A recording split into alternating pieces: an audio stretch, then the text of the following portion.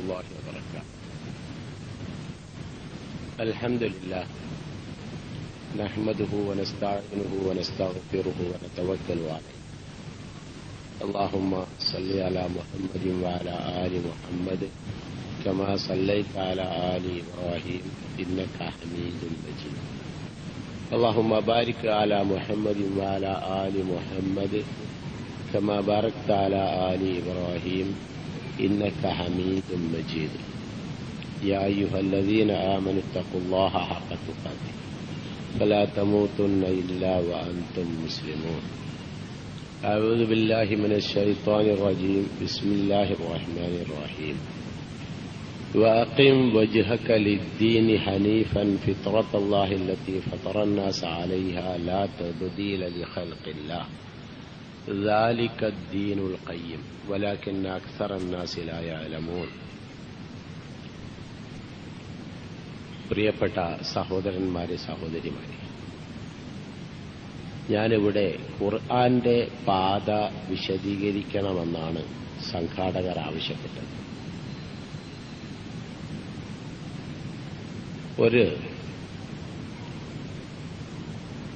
എന്റെ മുമ്പിൽ മൈക്കും റോസ്റ്ററും ഈ ഭാഗത്തായതുകൊണ്ട് ഞാനൊന്ന് അങ്ങോട്ട് മാറണമെന്ന് എനിക്ക് തോന്നുന്നു.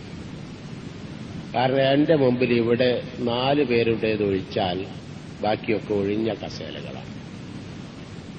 അപ്പോ ഞാൻ അങ്ങോട്ട് തിരിഞ്ഞിരിക്കണം എന്നിങ്ങനെ തോന്നുക, നിൽക്കണമെന്ന് തോന്നുന്നുണ്ട്. അപ്പോ ആ ഉയരത്തിലുള്ള ആൾക്കാർ ഒന്നുകൂടി അടുത്തേക്ക് വന്നാൽ അത് ഒരു കൂടുതൽ സൗകര്യമായിരിക്കുമെന്ന് തോന്നുന്നു.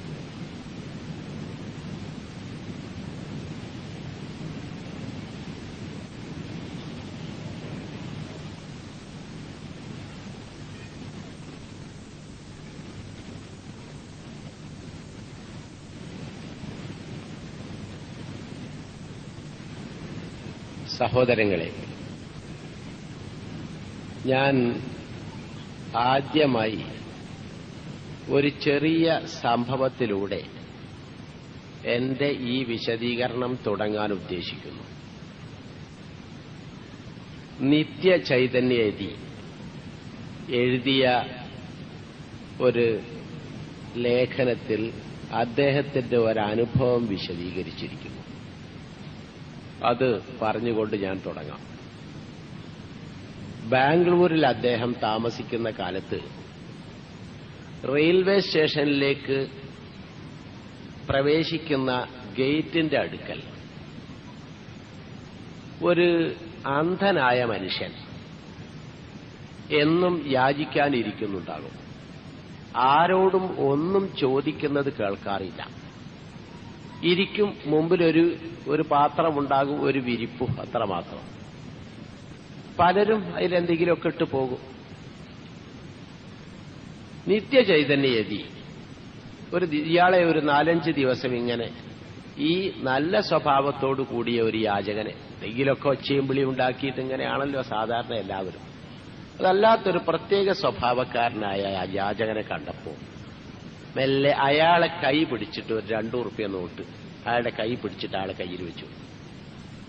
അപ്പൊ അങ്ങനെ യാചകൻ യതിയുടെ കൈയും മുറുകെ പിടിച്ചു, വിട്ടില്ല. അങ്ങനെ 2 പേരും പിടിച്ചുകൊണ്ട് നിൽക്കുന്നതിന്റെ ഇടയിൽ യതി ചോദിച്ചു, നിങ്ങൾ എന്തിനാ എന്റെ കൈ പിടിച്ചത് എന്ന് ചോദിച്ചു. അപ്പൊ ഇയാൾ തിരിച്ചു ചോദിച്ചു, നിങ്ങൾ എന്തിനാ എന്റെ കൈ പിടിച്ചത്? ഇന്നേ വരെ ഞാനിവിടെ ദീർഘകാലത്തോളം യാചിക്കാനിരുന്നിട്ട് ഒരു മനുഷ്യനും വലിച്ചെറിഞ്ഞ് എവിടെയെങ്കിലും തന്നേച്ചു പോവുക എന്നല്ലാതെ എന്റെ കൈ തൊട്ട് പിടിച്ചിട്ട് ഒരാളും എനിക്കൊരു കാശും തന്നില്ല. നിങ്ങൾ എന്തിനാ എന്റെ കൈ പിടിച്ചത്? എന്തോ ഒന്ന് നിങ്ങളുടെ മനസ്സിലുണ്ടല്ലോ, എന്നോടെന്തോ മറ്റുള്ളവരെക്കാൾ എന്തോ ഒരു ബന്ധം. എന്റെ കൈ പിടിച്ച് എനിക്ക് പണം തന്ന ആളോട് എനിക്ക് അതിനേക്കാൾ വലിയൊരു ബന്ധം.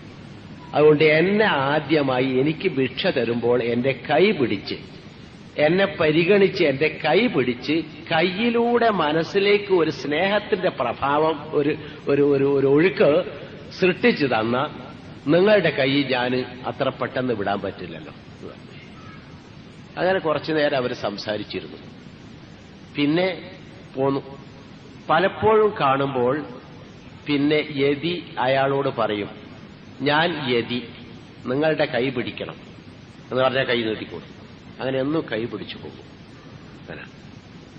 അപ്പോ നിങ്ങൾ ആ കൈ തൊട്ടതിൽ നിന്ന് ഒരു യാചകന്റെ കൈ പിടിച്ച് തൊട്ട് അയാൾക്ക് ഒരു 2 ഉറുപ്പ്യ കൊടുത്തു.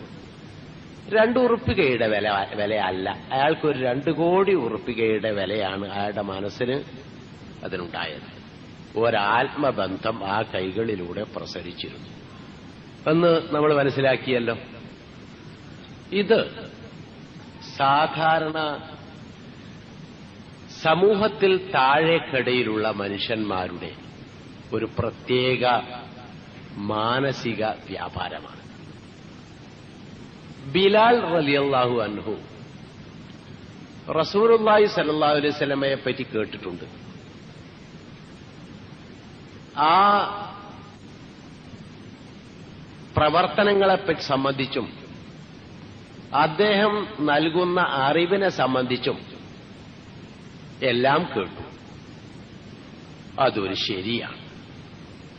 മനുഷ്യൻ എത്ര വലുതായാലും ആരാധ്യനാവില്ല. വലിയ ആരാധകൻ, എത്രയോ മഹാനായ അത്യുന്നതനായ ആരാധകൻ എന്നല്ലാതെ ആരാധ്യനാവില്ല, എത്ര വലുതായാലും. ഇതൊരു ഇസ്ലാമിന്റെ തത്വം. അതുകൊണ്ട് മനുഷ്യൻ, ആരാധ്യനായ മനുഷ്യൻ എന്നൊരാളെയും പറ്റി പറയരുത്.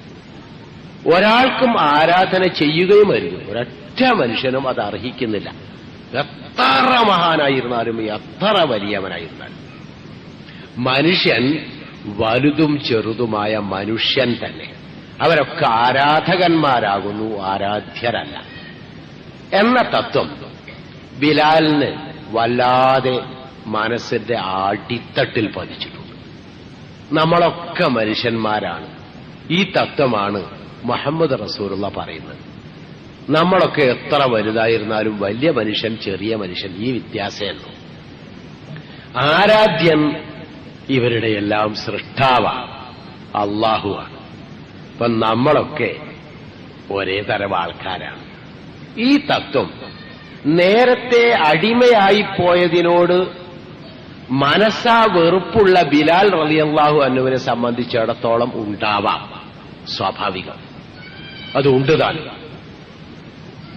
ആ മനുഷ്യൻ ഈ ആശയങ്ങൾ കേട്ടപ്പോൾ തന്റെ വിചാരത്തിനൊത്ത, തന്റെ ചിന്തക്കൊത്ത, തന്റെ ആഗ്രഹത്തിനൊത്ത വിശ്വാസ പ്രമാണങ്ങൾ പെട്ടെന്ന് ആകൃഷ്ടനായി. അങ്ങനെ ബിലാൽ റളിയല്ലാഹു അൻഹുവിന് പിന്നെ ചരിത്രം നിങ്ങൾക്കറിയാം. എന്തൊക്കെയോ മർദ്ദനങ്ങൾ സഹിക്കേണ്ടി വന്നതൊക്കെ. അതിൽ നിന്നൊക്കെ മോചിതനായി. ഒരാൾ വിലക്ക് വാങ്ങിയതാണ്. അബൂബക്കർ സിദ്ദീഖ് റളിയല്ലാഹു അൻഹുവാണ് വിലക്ക് വാങ്ങിയത്. എന്നിട്ട് മോചിപ്പിച്ചു. ഈ മർദ്ദനം സഹിക്കവയ്യാതായപ്പോ അത് കണ്ടു നിന്ന് അബൂബക്കർ സിദ്ദീഖ് റളിയല്ലാഹു അൻഹുവിന് അല്പം വിഷമം തോന്നി. വിലക്ക് വാങ്ങി. ഈ പറഞ്ഞാ കേൾക്കാത്ത ഉമയ്യ, ഒരു പുരുഷത്വത്തിന്റെ പ്രതീകം എന്ന് പറയാവുന്ന, അല്പം പൗരുഷവും അല്പം പാരുഷ്യതയും കൂടെ കൂടിക്കലർന്ന ഒരു വ്യക്തിത്വത്തിന്റെ ഉടമ അതായിരുന്നല്ലോ ഉമയ്യ.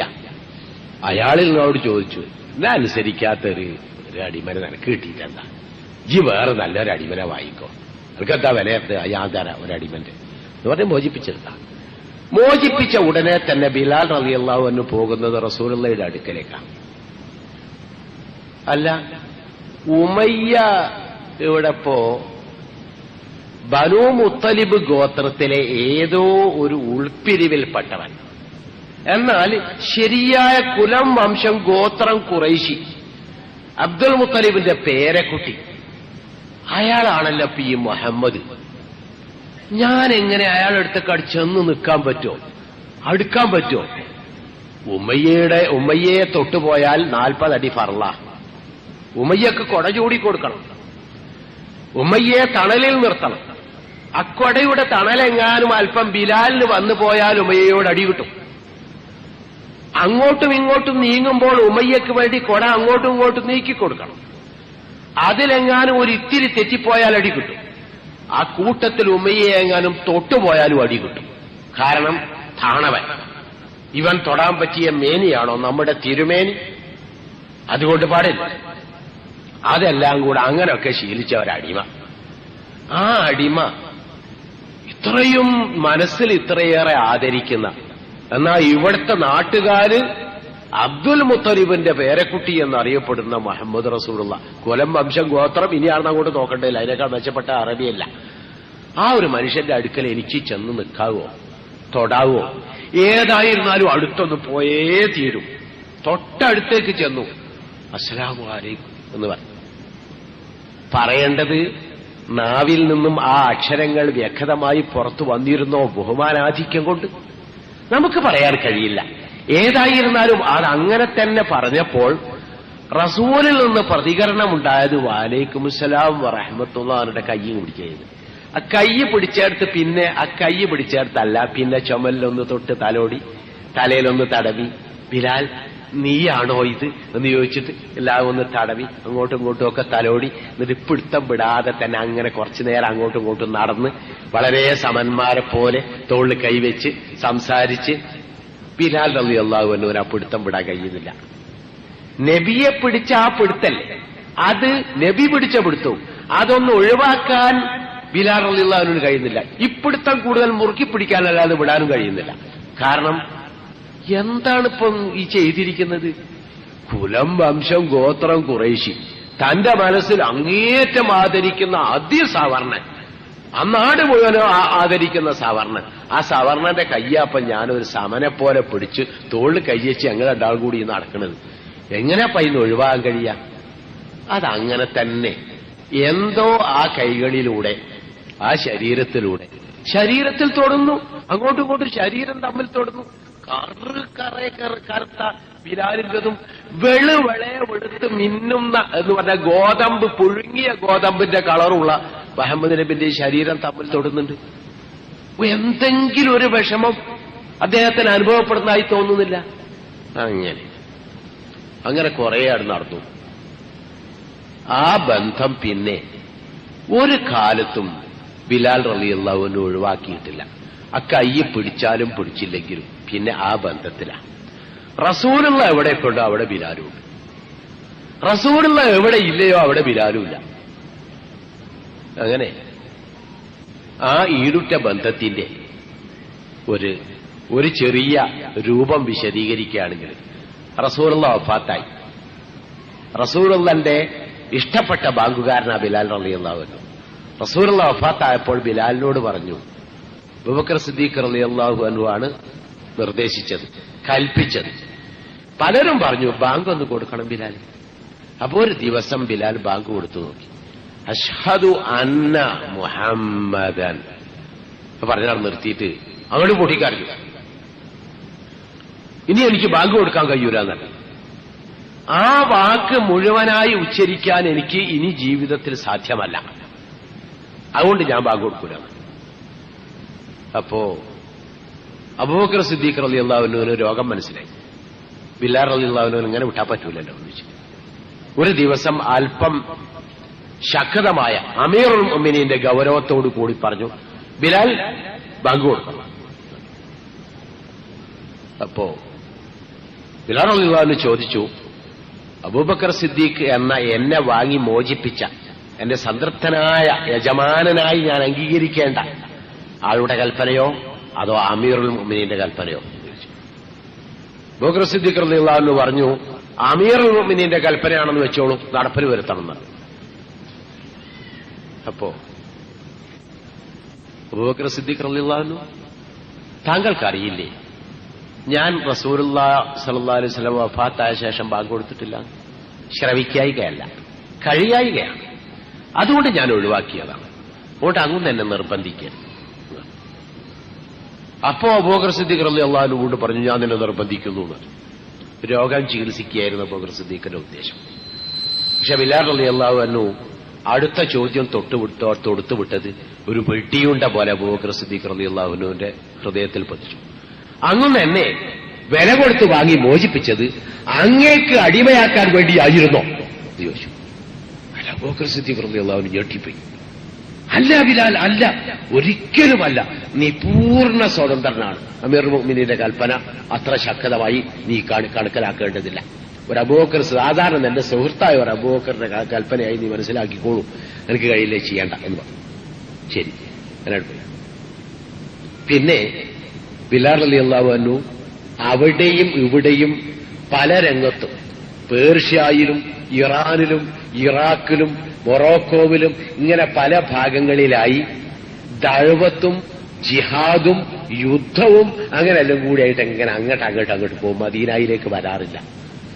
മരിക്കാൻ വേണ്ടി മാത്രം മദീനയിലേക്ക് വന്നു, മരിച്ചു. ഒറ്റ ദിവസം തിരിച്ചു വന്നു, മരിച്ചു. അങ്ങനെ മദീനയിലേക്ക് വന്നു. റസൂലില്ലാത്ത ഒരു മദീനയിലേക്ക് ഞാൻ എങ്ങനെ വരും? അത് ബിലാലിന് ചിന്തിക്കാൻ സാധ്യമല്ല. ആ ബന്ധത്തിന്റെ തുടക്കം ഞാൻ നിങ്ങളുടെ മുമ്പിൽ പറഞ്ഞുവല്ലോ. ആ ബന്ധത്തിന്റെ തുടക്കം നിങ്ങളുടെ മുമ്പിൽ ഞാൻ പറഞ്ഞില്ലേ? ഇത് സാധാരണ മനുഷ്യൻ കൊതിക്കുന്നതാണ്. പ്രത്യേകിച്ച് തന്നെക്കാൾ താഴ്ന്ന പദവി ഉണ്ട് എന്ന് ജനസാമാന്യത്തിനിടയിൽ ആ കണക്കാക്കുന്ന ആൾക്കാർ കൊതിക്കുന്നതാണ്. മനുഷ്യന്റെ താല്പര്യം, ഇഷ്ടം, അത് വല്ലാത്തൊരു ചികിത്സയാണ്. ഒരു ടച്ചിങ് തെറാപ്പി എന്നതിന് നമുക്ക് പേര് പറയാം. അത് പലപ്പോഴും പലർക്കും കഴിയാത്തതും എന്നാൽ മനുഷ്യരെ മനുഷ്യരായി മനസ്സിലാക്കുവാൻ ഏറ്റവും പ്രായോഗികവുമാണ്. ഇത് ഞാൻ പറഞ്ഞു വെച്ചത് എന്തിനാണെന്ന് ചോദിച്ചാൽ, റസൂലുള്ളാഹി സ്വല്ലല്ലാഹു അലൈഹി വസല്ലം ജനങ്ങളോട് പെരുമാറിയിരുന്നത് മനുഷ്യന്റെ പ്രകൃതി എന്തോ അത് മനസ്സിലാക്കിക്കൊണ്ടാണ്. എന്താണ് മനുഷ്യന്റെ പ്രകൃതി എന്ന് മനസ്സിലാക്കിക്കൊണ്ട്. അതെന്താണ് അങ്ങനെ റസൂലുള്ള പ്രകൃതി മനസ്സിലാക്കിക്കൊണ്ട് പെരുമാറാൻ കാരണം? അത് ഇസ്ലാമിന്റെ തത്വം അങ്ങനെ ആയതുകൊണ്ടാണ്. ഇസ്ലാമിൽ ഏതൊരു കാര്യവും നിർബന്ധമാവട്ടെ, സുന്നത്താവട്ടെ, വിശ്വാസമാകട്ടെ, പ്രവർത്തനമാകട്ടെ, മാനുഷിക ബന്ധങ്ങളാവട്ടെ, കുടുംബ ബന്ധങ്ങളാകട്ടെ, വ്യാപാര ബന്ധങ്ങളാവട്ടെ, കരാറുകളാവട്ടെ, അതിൽ മനുഷ്യന്റെ പ്രകൃതിപരമായ ഒരു സാധാരണ രൂപമുണ്ടല്ലോ, ആ രൂപത്തോട് യോജിച്ചു തന്നെ നിൽക്കണം. നിർബന്ധമായി യോജിച്ചു നിൽക്കണം. വിയോജിക്കാൻ പാടില്ല എന്നൊരു തത്വശാസ്ത്രമുണ്ട്. അത് ഞാനോ അല്ലെങ്കിൽ ഏതെങ്കിലും പണ്ഡിതന്മാരോ ഉണ്ടാക്കിയ തത്വശാസ്ത്രമല്ല. അല്ലാഹു സുബ്ഹാനഹു വ തആല നമ്മളോട് പറഞ്ഞു തന്നൊരു തത്വശാസ്ത്രം. ഞാൻ ഇസ്ലാം നിങ്ങൾക്ക് നൽകുന്നതും നിങ്ങൾ ഇസ്ലാമിനോട് ആഭിമുഖ്യം പുലർത്തേണ്ടതും ഞാൻ നിങ്ങളെ എങ്ങനെയാണോ ഏതൊരു പ്രകൃതിയിലാണോ സൃഷ്ടിച്ചത് ആ പ്രകൃതിയോട് താതാത്മ്യപ്പെട്ടുകൊണ്ട് തന്നെ ഞാൻ സൃഷ്ടിച്ച പ്രകൃതിക്കൊരു മാറ്റം വരുത്തുക എന്ന പ്രശ്നമേ ഇസ്ലാമിലില്ല. വഅഖിം വജ്ഹക ലിദ്ദീനി ഹനീഫൻ. ഈ മാർഗത്തിൽ ഇസ്ലാം മതത്തിൽ നിങ്ങൾ ഈ മതത്തോട് നേർക്കുനേരെ ശുദ്ധ മനസ്കരായി ആഭിമുഖ്യം പുലർത്തുക. ശുദ്ധ മനസ്സെന്ന് പറഞ്ഞാൽ നിങ്ങളെ മനസ്സെങ്ങനെയാണോ അങ്ങനെ വക്രതയിലില്ല, വളവില്ല, അതിൽ അഭിനയമില്ല, അതിൽ കാണിക്കലില്ല, ഒന്നുമില്ല. നേർക്കുനേരെ നിങ്ങളെ മനസ്സെന്താണോ പ്രേരിപ്പിക്കുന്നത് അപ്രേരണ അനുസരിച്ച് വളരെ ശുദ്ധമായ, നിഷ്കളങ്കമായ, അവക്രമായ ഒരാഭിമുഖ്യം ഈ മതത്തോട് എന്ന് പറഞ്ഞാൽ ഫിത്രത്ത് അല്ലാഹില്ലത്തി ഫതറന്നാസ് അലൈഹ.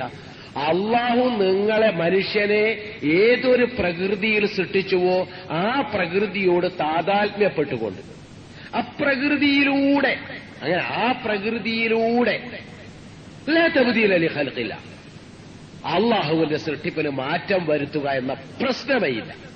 ദാലിക ദീനുൽ ഖയ്യിം. അതാണ് നിലനിൽക്കുന്ന മതം. ഏത്? പ്രകൃതിയോട് താതാത്മ്യപ്പെട്ട്.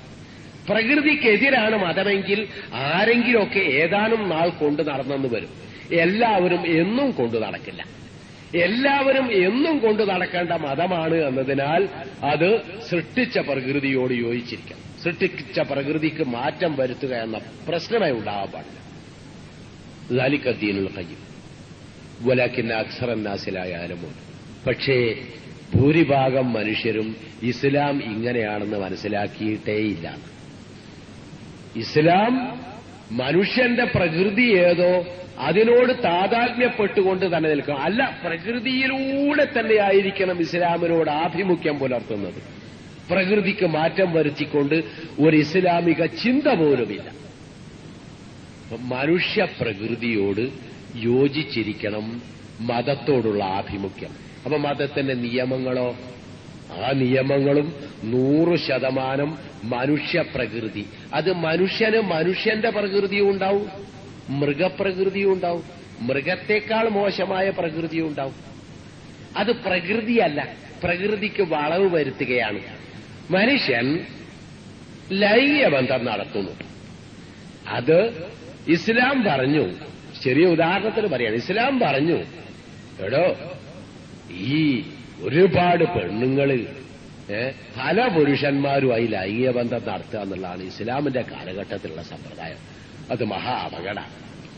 ഏതു കാലത്തും ലോകം അത് അംഗീകരിക്കുന്നു. ഒരു പെണ്ണിനോട് ഒന്നിലധികം പുരുഷന്മാർ ലൈംഗികബന്ധം നടത്തുന്നത് പല അപകടവും വരുത്തുന്നതാണ്.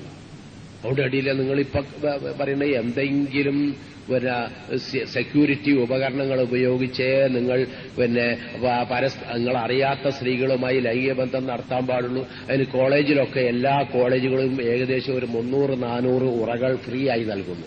പിന്നെ സ്കൂളുകളിൽ ഏകദേശം ഒരു 10-200 നൽകുന്നുണ്ട്. ഈ പഞ്ചായത്ത് മുഖേന പഞ്ചായത്തിലെ എല്ലാ വില്ലേജുകളിലും ഏകദേശം ഒരു 200-300 ഉറകൾ ഫ്രീ ആയി കൊടുക്കുന്നുണ്ട്. എയ്ഡ്സിനെ തടയാൻ. അതാണ് എയ്ഡ്സിനെ തടയുക. അതിനുള്ള പ്രധാന രൂപം എന്താ? അതൊരു പെണ്ണിന് അധികം പേര് ഉപയോഗിക്കരുത്. കാരണം ഏതെങ്കിലും ഒരാണിന് ഒരു എയ്ഡ്സിന്റെ തേച്ചോളൂ, അവർ പെണ്ണിന് കൊടുത്തു. പെണ്ണിനായിട്ട് ഒരാൾ ലൈംഗികബന്ധം പുലർത്തി അയക്കുക കിട്ടി. അയാൾ ഇനി വേറെ ഏതെങ്കിലും ഒരു പെണ്ണിന് കൊണ്ടുപോയി കൊടുക്കും. ഈ പെണ്ണിന്റെ അടുത്ത് ഇനി അരക്കെ വരുന്ന ഓരോക്കെ ഇത് കുറച്ച് കൊണ്ടുപോകും. എന്നിട്ട് ആ ഒക്കെ വേറെ ഏതെങ്കിലും പെണ്ണിനെ അവരൊക്കെ സമീപിക്കുന്നവർക്കൊക്കെ വിതരണം ചെയ്യും. പിന്നെ ആ പെണ്ണിന്റെ അടുത്ത് ആരൊക്കെ വരുന്ന ഓരോക്കൊക്കെ ഇത് ബാധിക്കും. പിന്നെ അവരായതൊക്കെ പെണ്ണിന്റെ അടുത്ത് പോകണോ ആ പെണ്ണിനൊക്കെ ഇത് ബാധിക്കും. ആ പെണ്ണിന്റെ അടുത്ത് ആരൊക്കെ വരുന്നവരൊക്കെ ഇത് ബാധിക്കും. അങ്ങനെയാണ് എയ്ഡ്സ് സ്പ്രെഡ് ചെയ്തത് ലോകത്ത് വല്ലാതെ കൂടി. ഇന്ത്യ വളരെ ശുദ്ധമായ പരിശുദ്ധമായ ആർഷ സംസ്കാരം, പവിത്രമായ ആർഷ സംസ്കാരത്തിന്റെ നാടല്ലേ അല്ലെ? ഏകദേശം 17 ലക്ഷം എയ്ഡ്സ് രോഗികൾ ഇന്നുണ്ട്. 17 ലക്ഷം. അത് സ്വകാര്യമായി ഹെൽത്ത് സെന്ററുകളിലൂടെ ബന്ധപ്പെട്ടു നോക്കൂ. ഹെൽത്ത് സെന്ററുകൾ തീവ്രമായ, പ്രത്യേകിച്ച് കോളേജുകളെ കേന്ദ്രീകരിച്ചുകൊണ്ട് അതിതീവ്രമായ പ്രവർത്തനം കോളേജ് മീഡിയ ആക്കിക്കൊണ്ടും കോളേജിൽ കേന്ദ്രീകരിച്ചും ഇവിടെ നടത്തുന്നുണ്ട്.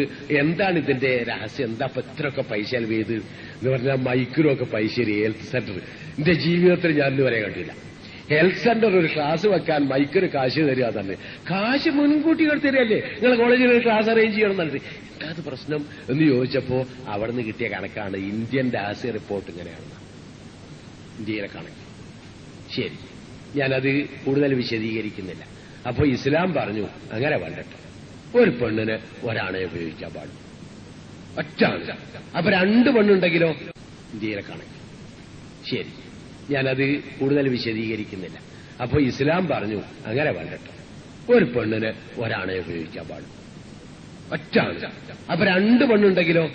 2 പെണ്ണുണ്ടെങ്കിലും ഒരാണെ ഉപയോഗിക്കാൻ പാടും, വേറൊരാൾ ഉപയോഗിക്കാനുള്ള സമ്പ്രദായമില്ല. 3 പെണ്ണുണ്ടെങ്കിലും അത് ഒരാണെ ഉപയോഗിക്കാൻ പാടുള്ളൂ, രണ്ടാമതൊരാണ് അവർക്ക് വരാൻ പാടില്ല. 4 പെണ്ണുണ്ടെങ്കിലും 4 പെണ്ണിനെ ഒരാണെ ഉപയോഗിക്കാൻ പാടുള്ളൂ, വേറൊരാണ് വരാൻ.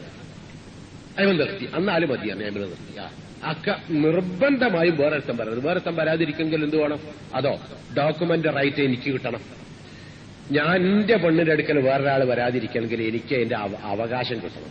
അതിന് വാപ്പാനോട് ഇങ്ങ് വാങ്ങുക, ഇതാ ഈ ഞാൻ ഭാര്യയായി സ്വീകരിച്ചിരിക്കുന്നു, ഇനി ഒരുത്തനും ഇങ്ങോട്ട് വരാൻ പാടില്ല, ഒരുത്തനും ഇനി ഇങ്ങോട്ട് വരാൻ പാടില്ല. ആ നിയമം അവിടെ പാലിച്ചു ഇസ്ലാം. അങ്ങനെ അല്ലാതെ വാപ്പയോടോ അതുപോലത്തെ രക്ഷിതാക്കളോടോ നേരിട്ട് അധികാരപത്രം എഴുതി വാങ്ങുകയോ വാക്കാൽ പറയുകയോ ചെയ്തുകൊണ്ടേ ഒരു പെണ്ണിനെ സ്വീകരിച്ചോളൂ ലൈംഗിക ബന്ധത്തിന്. ആ പെണ്ണിന്റെ അടുക്കൽ വേറെ ഒരുത്തനോട് വരാൻ പാടില്ല. കാരണം ഒരാൾക്ക് ഇടിച്ചു കൊടുത്ത് വേറെ ആൾക്കൂടെ ഇടിച്ചു കൊടുക്കാൻ പാടില്ല, വേറെ ആൾക്കൂടെ കല്യാണം കഴിച്ചു കൊടുക്കാൻ പാടില്ല. അത് ഇസ്ലാം വെച്ചു. അങ്ങനെ ഇനി വേറെ ആളും വരാൻ പാടില്ല. അപ്പൊ പ്രകൃതി അവിടെ പാലിച്ചിരിക്കുന്നു. ഏത്? കല്യാണം കഴിക്കണം ഒരാൾക്ക്, അംഗീകരിച്ചു. ഇനിയോ കല്യാണം കഴിച്ച് ലൈംഗികബന്ധം പുലർത്തണം, അതിന് കല്യാണം കഴിക്കുക, അത് അംഗീകരിച്ചു കൊടുത്തോളൂ. നിങ്ങളെ തല്ലിട്ടാവരുത്, തല്ലുണ്ടാവരുത്, നിങ്ങൾക്ക് ആരോഗ്യം സംരക്ഷിക്കാൻ കഴിയണം, സമൂഹത്തിന്റെ ആരോഗ്യവും സംരക്ഷിക്കണം. ഒരു ദിവസം നേരം വെളുത്ത് നോക്കുമ്പോ ഇപ്പൊ 20 ലക്ഷമായിട്ടുണ്ട് അത്ര എയ്ഡ്സ് രോഗികൾ എന്ന് പറയരുത്. പിറ്റേ ദിവസം നേരം വെളുക്കുമ്പോൾ ഇപ്പൊ 26 ലക്ഷമായിട്ടുണ്ട് അത്ര എന്ന് പറയരുത്. അതുപോലെ പല രോഗങ്ങളും ഉണ്ടായത്. അതുപോലെ ഇങ്ങനെ പറയരുത്. ഓരോ ദിവസം നേരം വെളുക്കുമ്പോൾ ഇതിങ്ങനെ ലക്ഷങ്ങൾ കൂടി പറയരുത്. അപ്പോ അങ്ങനെ ഒരു വശമുണ്ട്. അങ്ങനെ ഒരുപാട് വശങ്ങളുണ്ട്. ഒന്നല്ല, ഒരു 100 വശങ്ങളുണ്ട് ഈ സമൂഹത്തിന്റെ സമാധാനത്തിന് വേണ്ടി. ഞാൻ അങ്ങനെ വെച്ചു. എന്നാൽ ആരെങ്കിലും ഒരാളോട് കല്യാണം കഴിക്കരുതെന്ന് പറഞ്ഞാലോ അത് ശരിയാവൂല. റസൂലുള്ളാഹിന്റെ അടുക്കൽ ഒരാൾ വന്നിട്ട് പറഞ്ഞു, ഞാൻ കല്യാണം കഴിക്കുന്നില്ല, പിന്നെ കല്യാണം കഴിയുമ്പോൾ കുട്ടികളായി, അപ്പൊ കുടുംബമായി, അതിന് വേണ്ടി അധ്വാനിക്കണം, എനിക്ക് ഇബാദത്ത് എടുക്കാൻ നേരം കിട്ടൂല. അവരുടെ നബി പറഞ്ഞ എന്താണ്? ഞാനാണ് അത്തഖാക്കും ലില്ലാ, നിങ്ങളിൽ ഏറ്റവും വലിയ അള്ളാഹുവിനോട് ഭക്തി കാണിക്കുന്ന മനുഷ്യൻ ഞാനാണ് കേട്ടോ. മുഹമ്മദ് എന്ന ദൂതൻ ഞാനാണ് ഏറ്റവും വലിയ ഭക്തി കാണിക്കുന്നത്. ഞാൻ കല്യാണം കഴിച്ചിട്ടുണ്ട്, എനിക്ക് കുടുംബമുണ്ട്, എനിക്ക് കുട്ടികളുണ്ട്, ഞാൻ അവർക്ക് വേണ്ടി ഭക്ഷണം ഉണ്ടാക്കുന്നുണ്ട്. അങ്ങനെയാണ് ജീവിക്കുന്നത്. അങ്ങനെ ജീവിച്ചില്ല ഇതിന്റെ കൊടുത്ത് പെടൂല. സുന്നത്തി ഫലൈസ മിന്നി. ഈ ജീവിത സമ്പ്രദായം ഇഷ്ടപ്പെടാത്തവൻ നമ്മളെ കൊടുത്ത് പെടൂല എന്ന് പറഞ്ഞാൽ മുസ്ലിം സൊസൈറ്റി പോലും പെടൂല. മാപ്പള എന്ന് പറയണേ, മാപ്പള മുസ്ലിം പോട്ടെ, മാപ്പള എന്ന് പറഞ്ഞ വിഭാഗത്ത് പോലും പെടൂല എന്നാണ്. അപ്പൊ അത് പഠനമെങ്കിലും ഇങ്ങനെ വേണം. ഈ സമൂഹത്തെ പഠനമെങ്കിലും എന്റെ ഈ സമ്പ്രദായം സ്വീകരിക്കണം എന്നാണ് പറഞ്ഞിരിക്കുന്നത്. അപ്പൊ ഞാൻ പറഞ്ഞു വന്ന് എന്താണെന്ന് ചോദിച്ചാൽ, ഏത് നോക്കിക്കോ, ഇത് ഞാൻ ഒറ്റ വാക്കിൽ ഇങ്ങനെ പറഞ്ഞുതരാം. ഇസ്ലാം നിർബന്ധമാണ് എന്ന് പറഞ്ഞ ഏതെങ്കിലും ഒരു കാര്യം, ഒരൊറ്റ കാര്യം എടുത്തിട്ട് അയ്യേ അത് ഇസ്ലാം നിർബന്ധിക്കാൻ പാടില്ലായിരുന്നു എന്ന് ബുദ്ധിക്ക്, മനുഷ്യബുദ്ധിക്ക് തോന്നുന്ന ഏതെങ്കിലും ഒരു കാര്യം ഉണ്ടോ എന്ന് എടുത്തു. ശരി, ഇസ്ലാം നിരോധിച്ച കാര്യം, പാടില്ല എന്ന് നിരോധിച്ച കാര്യം അയ്യേ അത് ഇസ്ലാം നിരോധിച്ചു കളഞ്ഞല്ലോ, അത് പാടില്ലായിരുന്നു, അത് നിരോധിക്കരുതായിരുന്നു എന്ന് മനുഷ്യബുദ്ധി പറയുന്ന ഏതെങ്കിലും ഒരു വശമുണ്ടോ? എന്തെങ്കിലും ഒരു കാര്യം. ശരി, ഇനി ഇസ്ലാം അനുവദിച്ച കാര്യങ്ങൾ നോക്കൂ. അത് മനുഷ്യത്വത്തിനെതിരായിപ്പോയി, മോശമായിപ്പോയി എന്ന് പറയാൻ തോന്നുന്ന എന്തെങ്കിലും ഒന്നുണ്ടോ? എന്തെങ്കിലും ഒന്ന്. അത് പറയുമ്പോഴാ തോന്നല് എന്ത് പറഞ്ഞ തത്വമൊക്കെ അംഗീകരിച്ചു, എന്നാലെങ്ങനെ 4 പെണ്ണ് കെട്ടാൻ അനുവദിച്ചു എന്ന് ചോദിക്കുക. അത് മോശമായിപ്പോയില്ല, അനുവാദല്ലേ? അപ്പൊ പിന്നെ ഞമ്മക്ക് തന്നെ അപ്പൊ തോന്നുക ഒരു ശരിയാണ്, മോശമായിപ്പോയി, ഞമ്മക്ക് ആരോടും അങ്ങനെ തല നൂർത്തി പറഞ്ഞുകൂടാ, അങ്ങനൊന്നുമില്ല, ഇപ്പോ അങ്ങനെ കെട്ടാൻ അനുവദിച്ചൊന്നും അല്ല, ഒന്ന് തന്നെ കെട്ടാൻ അനുവദിച്ചുള്ളൂ. പിന്നെന്താ, പിന്നെ കുടുങ്ങിയ ഘട്ടത്തിലെത്തുമ്പോ ഇപ്പോ അങ്ങനൊക്കെ പോണ്, അല്ലാതെ ഇസ്ലാം അങ്ങനെ അനുവദിച്ചൊന്നുമല്ല. അതിന് കുറെ കണ്ടീഷനുകളൊക്കെ ഉണ്ട്. എന്താ കണ്ടീഷൻ? ഓൻ ആവശ്യമുണ്ട് എന്നുള്ളത്. അല്ലാണ്ട് എന്താ കണ്ടീഷൻ? ഓന് പെണ്ണിനെ ആവശ്യമുണ്ട് എന്ന ഏക കണ്ടീഷൻ. 2ാമത് പെണ്ണ് കെട്ടാനും, 3ാമത് പെണ്ണ് കെട്ടാനും, 4ാമത് പെണ്ണ് കെട്ടാനും ഒക്കെ ഉള്ള ഒറ്റ കണ്ടീഷൻ, ഓന് പെണ്ണിന് ആവശ്യമുണ്ട്. ആ പെണ്ണിനെ ആവർത്തന വിരസത ഒഴിവാക്കാൻ വേണ്ടി വേറെ ഒന്നിനെ മാറിപ്പിടിക്കാനല്ല കേട്ടോ. ആദ്യത്തെ പെണ്ണിനെ നിന്നുള്ള ബന്ധത്തിലെ ആവർത്തന വിരസത ഒഴിവാക്കാൻ വേണ്ടി വേറെ ഒന്നിനെ മാറിപ്പിടിക്കാനല്ല. പിന്നെന്തിനാണ് 2 ആവശ്യം ഉണ്ടാകുന്നത്? ഒരാൾക്ക് 1 മതിയാവാതിരിക്കാൻ 2 ആവശ്യം ഉണ്ടാകുക. അപ്പോഴേ 2 പെണ്ണിട്ട് അത് നിർബന്ധം, ഒറ്റ കണ്ടീഷൻ. പക്ഷെ അതുമാത്രമാണ് ഇന്നത്തെ ലോകത്ത് 2 പെണ്ണിട്ടല് ഇല്ലാത്തത്. ആദ്യത്തെ പെണ്ണിനൊന്ന് മാറിപ്പിടിക്കാനാണ് 2ാമത് പെണ്ണിട്ടല്, അല്ലാതെ 2 പെണ്ണിന് ആവശ്യം ഉണ്ടായതുകൊണ്ടല്ല. ഇസ്ലാം ആ ഒരൊറ്റ കണ്ടീഷനെ പറഞ്ഞുള്ളൂ, 2ാമത്തെ ഒരു പെണ്ണിന് ആവശ്യമുണ്ട്. അപ്പൊ ചോദിക്കും, എന്നാൽ പിന്നെ പെണ്ണിന് അങ്ങനെ ആണിന് 2 പെണ്ണിട്ടാൻ അനുവദിക്കുമ്പോ അപ്പൊ പിന്നെ ബുദ്ധിയാ വരുന്നത്. ബുദ്ധി ഇങ്ങനെ തിളച്ച് വരികയല്ലേ, മറിഞ്ഞു വരികയല്ലേ. അപ്പൊ എന്നാ പെണ്ണിനും അങ്ങനെ അനുവദിക്കണ്ടേന്നൊക്കെ ചോദിക്കും. അതെന്ത് ന്യായാണ്? അതെന്തൊരു ന്യായ? പെണ്ണാണ്, ആണാ പ്രസവിക്കാൻ പോല് അല്ലെ, അതോ പെണ്ണോ? ആണിനാ മെൻസസ് ഉണ്ടായാലും അതോ പെണ്ണിനോ? പ്രകൃതിപരമായി ആർക്കാ കുട്ടികളിൽ ലൈംഗിക ബന്ധം നടത്താൻ പറ്റാത്ത അവസ്ഥ ഉണ്ടായാലും ആണിനാ? ആണ് 365 ദിവസം ഉണ്ട്, 67 ദിവസവും ലൈംഗികമായി സന്നദ്ധനല്ലേ? പെണ്ണിനല്ലേ മെൻസസ് ഉണ്ടായാലും പ്രസവിക്കാൻ പോല് ഗർഭം ചുമക്കല് ഒക്കെ പെണ്ണല്ലേ? പിന്നെ ആർക്കും ഓക്ക് ഇനി 2 ഭർത്താവിനെയും കൂടി കൊടുത്താ തമ്പുരാനായോനെ ഇനി എന്തൊക്കെ പേക്കൂത്താവലുണ്ടാക്കുക എന്നുള്ളത് പറയാൻ പറ്റോ? അവനെ കൊടുക്കേണ്ട ആർക്കാ? ആണിന് തന്നെ അനുവാദം കൊടുക്കേണ്ട 2 പെണ്ണെറ്റാൻ. അതിന് പിന്നെന്ത് ബുദ്ധിയാ? അതന്നല്ലേ ഇതിന്റെ ബുദ്ധി. അപ്പൊ ഇത് അതാ പറഞ്ഞ മനുഷ്യബുദ്ധി. പക്ഷെ അവിടെ നമ്മളെ കോടിക്കൊടുക്കരുത്. മുസ്ലിങ്ങളിൽ അതൊരു ബോറായിപ്പോയി ഇസ്ലാമിൽ, അതുകൊണ്ടായി എങ്ങനെ ഇല്ലാതാക്കാൻ നോക്കി. അങ്ങനൊന്നും ഇസ്ലാം അനുവദിച്ച അല്ല. ധൈര്യമായി പറഞ്ഞോളൂ. ഇനി എന്തിനാ അനുവദിച്ചതെന്ന് വെച്ചാല് ചെറിയൊരു കാര്യം പറഞ്ഞാൽ മതി. എന്റെ പുരയിൽ 4 ആൺകുട്ടികളുണ്ട്. 4 ആൺകുട്ടികളോടും ഞാൻ കർശനമായി വിലക്കിയിരിക്കുന്നു. എടാ, അങ്ങാടി പോയി ബിസ്ക്കറ്റ് കടകളിലോ അല്ലെങ്കിൽ മറ്റേ ബേക്കറി കടകളിലോ പോയി അലുവ, ബിസ്ക്കറ്റ്, റൊട്ടി, ജിലേബി, ലഡു ഇതൊന്നും വാങ്ങി തിന്നാൻ പാടില്ല ഒരു കാരണവശാലും. ഹോട്ടലിൽ കയറി ബിരിയാണിയോ കോഴിയോ മീനോ ഒന്നും യാതൊരു കാരണവശാലും തിന്നാൻ പാടില്ല. തിന്നാൽ അടിച്ച് കയ്യാൻ ഒടിച്ചടി, അല്ലെ കാലിയാൻ ഒടിച്ചടി എന്ന് പറഞ്ഞാൽ പിന്നെ എന്ത് വേണമെന്നറിയോ? പുരയിൽ ഇടയ്ക്കിടയ്ക്ക് ബിരിയാണി ഉണ്ടായി കൊടുക്കണം, ഇടയ്ക്കിടയ്ക്ക് ലഡു ഉണ്ടായി കൊടുക്കണം, ഇടയ്ക്ക് ജിലേബിയും വാങ്ങിക്കൊണ്ട് കൊടുക്കണം. അങ്ങനെ എല്ലാം പുരയിൽ വാങ്ങിക്കൊണ്ട് കൊടുക്കണം. അല്ല, ഞാൻ പുറത്തുള്ള നിരോധം ആ ശക്തിയുടെ ഊക്കുകൊണ്ട് അവിടെ നിൽക്കൂല. അതൊക്കെ പുരയിൽ ആവശ്യത്തിന് കുട്ടിക്ക് ആഗ്രഹം തോന്നുമ്പോഴൊക്കെ പുരയിൽ എത്തിച്ചു കൊടുത്താൽ, അല്ലെ പുരയിൽ ഉണ്ടാക്കി കൊടുത്താൽ അതിൽ നിലനിർത്താം. അതുപോലെ ഓരന്യ പെണ്ണിനെടുക്കുന്നതിനെ കണ്ടു കൊന്നുകളിയും, എറിഞ്ഞു കൊന്നുകളിയാണ്. അന്നെ മനുഷ്യൻ കാണെ എറിഞ്ഞ് കൊന്നുകളിയും, കല്ലെടുത്ത് എറിഞ്ഞിട്ട് എന്ന് പറഞ്ഞാൽ പിന്നെ എന്നാ പിന്നെ പുരയിൽ അനുവദിക്കണം. പുറത്തു പോകാൻ പാടില്ല എന്നാ പിന്നെ അകത്തത് അനുവദിക്കണ്ടേ? എന്നെ ഇസ്ലാം ചെയ്തിട്ടുള്ളൂ. പുറത്തിറങ്ങിയാൽ കൊന്നുകളയുന്നതാണ്. ലൈംഗിക ബന്ധത്തിന് പുറത്തിറങ്ങിയാൽ കൊന്നുകളയുന്നവൻ അകത്തത് അനുവദിച്ചു. അതിന് കൂടുതൽ എന്താ, ഒരു വളരെ പ്രായോഗികമായ ഒരു തത്വശാസ്ത്രമല്ലേ എന്ന് പറഞ്ഞാൽ പ്രകൃതിയോട് ഏറ്റവും യോജിച്ചൊരു തത്വശാസ്ത്രം. പിന്നെ അത് അയ്യേ അങ്ങനൊന്നും അല്ലാതെ തന്നിട്ട് ഇങ്ങനെ നമ്മക്ക് തന്നെ ഒരു വിഷമം തോന്നണ്ടോ? ഞാൻ പറഞ്ഞു വരുന്നത്, ഇനിയിപ്പോ ഞമ്മക്കിപ്പോ പലപ്പോഴും ഈ കോസ്റ്റൽ ഏരിയയിൽ ഒരു പ്രത്യേക സ്വഭാവമുണ്ട്. അവിടെ ആണുങ്ങളൊക്കെ പെണ്ണുങ്ങളെ പുതിയാപ്പിളാരാ. എന്താ ജോലി വെച്ചാൽ ഭർത്താവ് ഉദ്യോഗം എന്നാ പേര് പറയും. അറിയുന്നവനട്ടോ പറയല്. അപ്പൊ അവിടെ ആകുമ്പോ ഞാൻ രണ്ടാമതൊരു കല്യാണം കഴിച്ചാൽ എന്ത് ചെയ്യുമെന്ന് ചോദിച്ചു. ഒരു കഴിച്ചോളന്നില്ല കൂട്ടരെ, അത് വേറെ കാര്യം. അതുകൊണ്ട് ഇസ്ലാമിന് മോശം പറയേണ്ടത് കേട്ടോ. അത് കഴിക്കേണ്ടത് വെച്ചേക്കാന്ന് മാത്രം, പ്രായോഗികമല്ല. അവിടെ ചെയ്യണ്ട എന്ന് വെച്ചേക്കണമെന്നല്ല. എന്താ വേറെ പ്രശ്നമൊന്നും. ഇപ്പൊ ഞാൻ പറഞ്ഞു വന്നത് എന്താന്ന് ചോദിച്ചാൽ, ഏതൊരു പ്രശ്നം നമ്മൾ എടുത്തു നോക്കിയാലും ഇങ്ങനെയാണ്. പ്രകൃതി, മനുഷ്യന്റെ പ്രകൃതി, അതാണ് മതത്തിന്റെ നിയമം. അത് ചെയ്യണമെന്ന് പറഞ്ഞതാവട്ടെ, ചെയ്യരുതെന്ന് പറഞ്ഞതാകട്ടെ, അതങ്ങനെ തന്നെ ഇസ്ലാം അങ്ങോട്ട് ശരിക്കും എല്ലാ നിയമങ്ങളിലും പാലിച്ചിരിക്കുന്നു. നമ്മളെ മനസ്സിലാക്കിയേ വേണ്ടു. ഇനി തത്വം എടുത്തു നോക്കി നിങ്ങൾ. ഒരാള് വലിയ കുലത്തിൽ ജനിച്ചു, കുലം വംശം ഗോത്രം കുറേശ്ശിയായി. അങ്ങനെ ഒരാൾ ജനിച്ചാൽ ഓൻ ആരാധ്യനാണ്. അതുകൊണ്ട് ബാക്കിയുള്ളവരൊക്കെ പോയിട്ട് ഓനെങ്ങനെ തല കുനിച്ച് മനസ്സ് വളച്ചിങ്ങനെ നിന്നോളാം എന്ന് പറയുമ്പോൾ ആദ്യം മനുഷ്യത്വത്തോട് യോജിക്കുന്നില്ല. മനുഷ്യന് കറുത്തും വെളുത്തൊക്കെ ഉണ്ടാവും പുറമെ, എന്നാ ഉള്ളിലെ കറുപ്പും വെളുപ്പും ആ കാര്യമായി പരിഗണിക്കേണ്ടത്. അതല്ലേ മനുഷ്യത്വം? ഉള്ളിലെ കറുപ്പുണ്ടായാൽ പുറമെ വെളുത്തിട്ടും വലിയ കാര്യമൊന്നുമില്ല. വെള്ളപൂശിയ സെമിത്തേരി പോലെ വന്നിട്ട് എന്താ കാര്യം? ഉള്ളിന് വെളുപ്പ് വേണം, പുറം കറുത്തതായിരുന്നാലും. ഇതാണല്ലോ മനുഷ്യന്റെ തത്വം. അപ്പൊ ആ മനുഷ്യനോട് യോജിച്ച നിലയിൽ എന്താ പറയേണ്ടത്? അതോ ഇന്ന ഹാദിഹി ഉമ്മത്തുക്കും ഉമ്മത്തൻ വാഹിദത്തൻ വഅന റബ്ബുക്കും ഫഅ്ബുദൂൻ തന്നെ. ഇക്കാണുന്ന മനുഷ്യൻ കറുത്തവനാട്ടെ, വെളുത്തവനാട്ടെ, ബ്രിട്ടീഷുകാരനാട്ടെ, അമേരിക്കക്കാരനാട്ടെ, ഫ്രാൻസുകാരനാട്ടെ, ജാപ്പാൻകാരനാകട്ടെ, ഇന്ത്യക്കാരനാകട്ടെ, മെഡിറ്ററേനിയൻ ദേശങ്ങളിലുള്ളവനാകട്ടെ, ഇനി കാടുകളിലുള്ളവനാകട്ടെ, ആഫ്രിക്കക്കാരനാകട്ടെ, ഓസ്ട്രേലിയക്കാരനാകട്ടെ, മനുഷ്യനൊക്കെ ഒന്ന്, ഒറ്റ ജാതി, മതം വാഹിദത്തൻ, ഒരൊറ്റ മനുഷ്യ സമൂഹം. വഅന, ഞാൻ മാത്രം വേറെ, റബ്ബുക്കും, നിങ്ങളുടെ രക്ഷകൻ.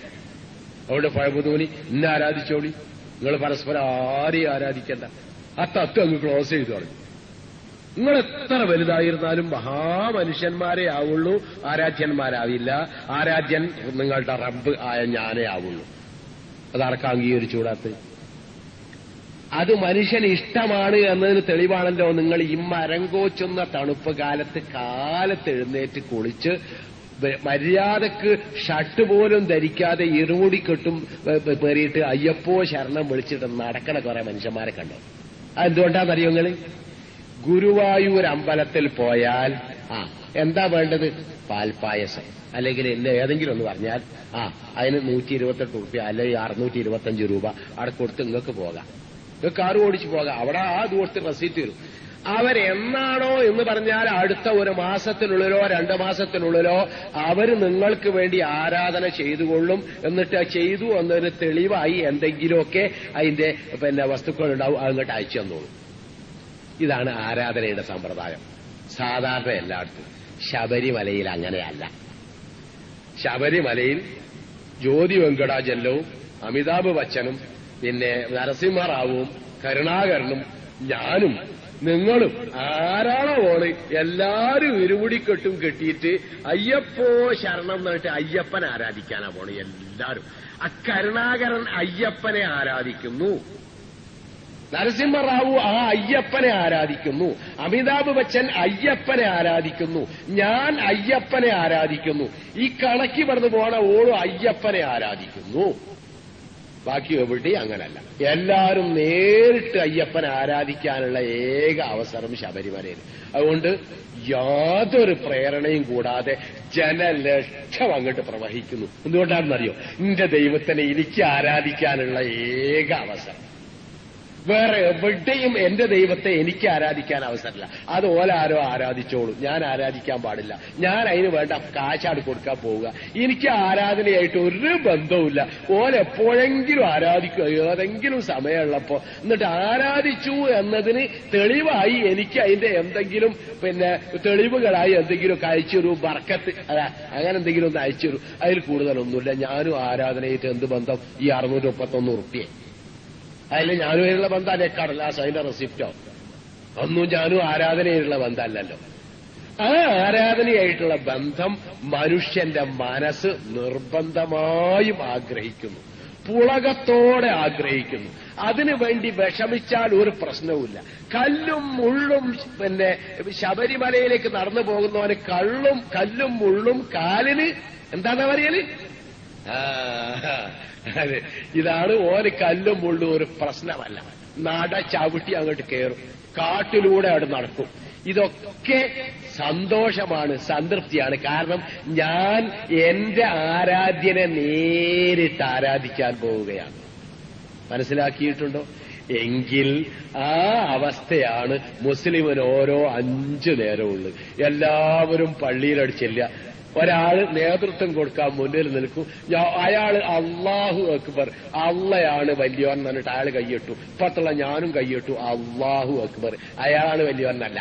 മുന്നിൽ നിൽക്കണ ഈ ആളാണ് വലിയവനല്ല. എന്റെ കൂടെ നരസിംഹറാവു ഉണ്ടെങ്കിൽ അയാളും പിന്നെ മറ്റേ കരുണാകരനുണ്ടെങ്കിൽ അയാളും പിന്നെ കുലവംശം ഗോത്രം ഖുറൈശിയായ മുഹമ്മദ് നബി ഉണ്ടെങ്കിൽ അതും അബൂബക്കർ സിദ്ദീഖ് അമ്മോച്ചകാക്ക ഉണ്ടെങ്കിൽ അതും ഉമർ ഖത്താബ് പോക്കിരിയായ ഭീകരനായ ഉമർ ഖത്താബ് എന്നാ നീതിമാനായ ഉണ്ടെങ്കിൽ അതും ബിലാലും ആ സൽമാനുൽ ഫാരിസിയും ഞങ്ങളൊക്കെ തോളോട് ചേർന്ന് നിന്നിട്ട് ഒരുമിച്ചാട്ടും ഇങ്ങോട്ടും ഒക്കെ തൊട്ട് നിന്നിട്ട് അള്ളാഹു അക്ബർ പറഞ്ഞു. അയാളും പറയല അങ്ങനെ അള്ളാഹു അക്ബർ എന്നാവും. റസൂലുള്ളയും പറയുന്ന അങ്ങനെ അള്ളയാണ് എനിക്ക് വലുത്. അബൂബക്കർ സിദ്ദീഖും പറയുന്നത് അങ്ങനെ തന്നെ അള്ളയാണ് എനിക്ക് വലുത്. ബിലാലും പറയുന്നത് അങ്ങനെ തന്നെ എനിക്കും അള്ള എന്നാ വലുത്. ഇവരാരും അല്ലാതെ അങ്ങനെ പറയാൻ ഒരവസരം കിട്ടുന്നത് 5 നേരം. ആ 5 നേരവും അങ്ങനെ ചെയ്യുന്ന ഒരു പുതുമ തോന്നാത്ത അതുകൊണ്ടാണ്. അതിന് ചാൻസ് മുസ്ലിങ്ങൾക്ക് എന്നും കിട്ടുന്നു എന്നതുകൊണ്ട് അവർക്ക് പ്രത്യേകം ശബരിമല പോലെ ഒരു നേരിട്ട് ആരാധിക്കാനുള്ള അവസരം ഉണ്ടായാൽ പ്രത്യേകം ഒരു പുളകമല്ല. കാരണം പോലെ എന്നും ചെയ്യുന്നതാണ്. എന്നും ചെയ്യുന്നത് ചിലപ്പോൾ മനുഷ്യന് സ്ട്രൈക്ക് ചെയ്യില്ല. 2 കാലിൽ കുത്തനെ നിൽക്കുക എന്ന ഈ അഭ്യാസം ഉണ്ടല്ലോ, 2 കാലിൽ കുത്തനെ നിൽക്കുക എന്ന ഈ അഭ്യാസം, ഇതെന്തൊരു പുതുമയാണ് കൂട്ടരെ. ഇതിന്റെ സയന്റിഫിക്കൽ വശം എങ്ങനെ അങ്ങോളം പഠിച്ചു നോക്കിക്കോളൂ നിങ്ങൾ. എന്തൊരു പുതുമയാണത്. 5 അടി 6 അടി നീളമുള്ള കുത്തനെ ഒരു മനുഷ്യൻ ഇങ്ങനെ കൊരുന്നനെ നിൽക്കുക 2 കാലിൽ. 3 കാലില്ല, 3 കാലുണ്ടെങ്കിൽ നിൽക്കും. എന്നാ 2 കാലിൽ നിൽക്കുക. എന്നാ 2 കാലിന്റെ എങ്ങനെയൊക്കെ നിൽക്കുക, എങ്ങനെയും നിൽക്കാം. എന്താണ് ആ ബാലൻസിങ്? അത് തന്നെയല്ല, കാലിന്റെ അടിയിൽ ഒരു ചെറിയ മടക്ക്, അതിന്റെ മുകളിൽ വേറെ നല്ലൊരു വിജാഗിരി, അതിന്റെ മുകളിൽ എങ്ങോട്ടും ആടണ ഒരു ഇത്, അതിന്റെ മുകളിൽ വീണ്ടും. ഇതെല്ലാം കൂടെ ടൈറ്റാക്കിയിട്ടില്ല, ലൂസാണ്. ആ ലൂസാണെന്ന് അറിയാൻ എപ്പോഴാ ബസ്സിൽ ഇങ്ങനെ തൂങ്ങി പിടിച്ചിട്ട് ഇങ്ങനെ പോണേലൊന്നും ഉറങ്ങിപ്പോയാൽ കാണാം എന്നിട്ട് ഒരൊറ്റ വീഴൽ. അപ്പൊ കാണാതൊക്കെ ലൂസാണെന്ന്. എല്ലായിടത്തും ലൂസാ. അപ്പൊ ബോധത്തോടു കൂടി ഇങ്ങനെ നിൽക്കുമ്പോൾ മാത്രം ടൈറ്റായി നിൽക്കുന്ന ഒരു 3-ാം കാലുണ്ട്. അതും കൂടെ കൂടുമ്പോഴാണ് എന്റെ ബാലൻസ് ശരിയാകുന്നത്. പക്ഷെ ആ 3-ാമത്തെ കാലം എവിടെയില്ലല്ലോ, 2 കാലിലല്ലേ ഞാൻ ഈ ബാലൻസ് ചെയ്യണത്. ഇനി വേണമെങ്കിൽ ഒറ്റക്കാലിലും ബാലൻസ് ചെയ്യാൻ എന്നെ കൊണ്ടാകുകയും ചെയ്യാമല്ലോ. വല്ലാത്തൊരു ബാലൻസിങ് പുതുമ.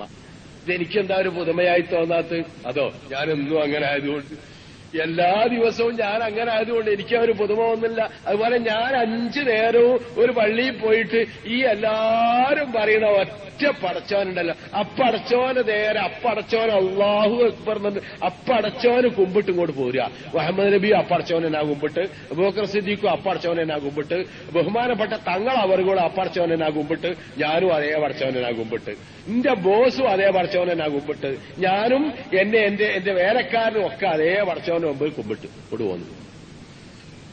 ഇത് ഞാൻ എന്നും ചെയ്യുന്നവനായതുകൊണ്ട് എനിക്ക് ഒരു പുതുമല്ല, ഒരു വല്ലാത്ത പ്രത്യേകതയാണ്. അത് ഏത് മനുഷ്യനും വല്ലാതെ പുളകത്തോടെ അനുഭവിക്കാൻ കഴിയും.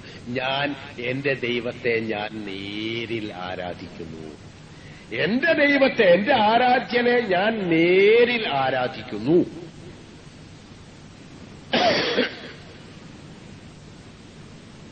പിന്നെ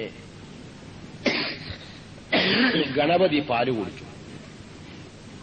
അപ്പൊ കൊടുക്കാൻ, എല്ലാരെ കൈയോണ്ടും കൊടുക്കാൻ എന്തൊരു താല്പര്യം കൂട്ടരെ.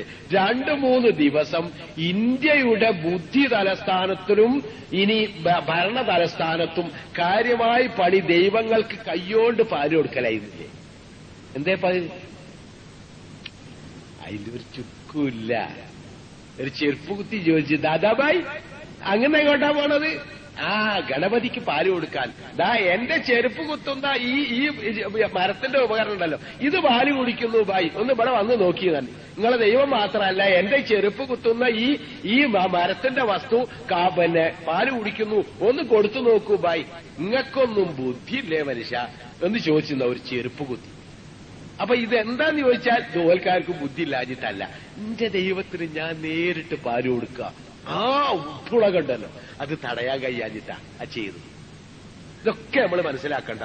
ഒരു മനുഷ്യന്റെ ഉൾപ്പുളകം താൻ ഏതൊരു ആരാധ്യനെ സ്വീകരിച്ചിരിക്കുന്നുവോ അവനെ നേരിട്ട് ആരാധിക്കുവാനുള്ള അദമ്യമായ മോഹം, അത് മനുഷ്യന്റെ പ്രകൃതിയാണ്. ഞാനിനി ഏറെ വിശദീകരിക്കുന്നില്ല.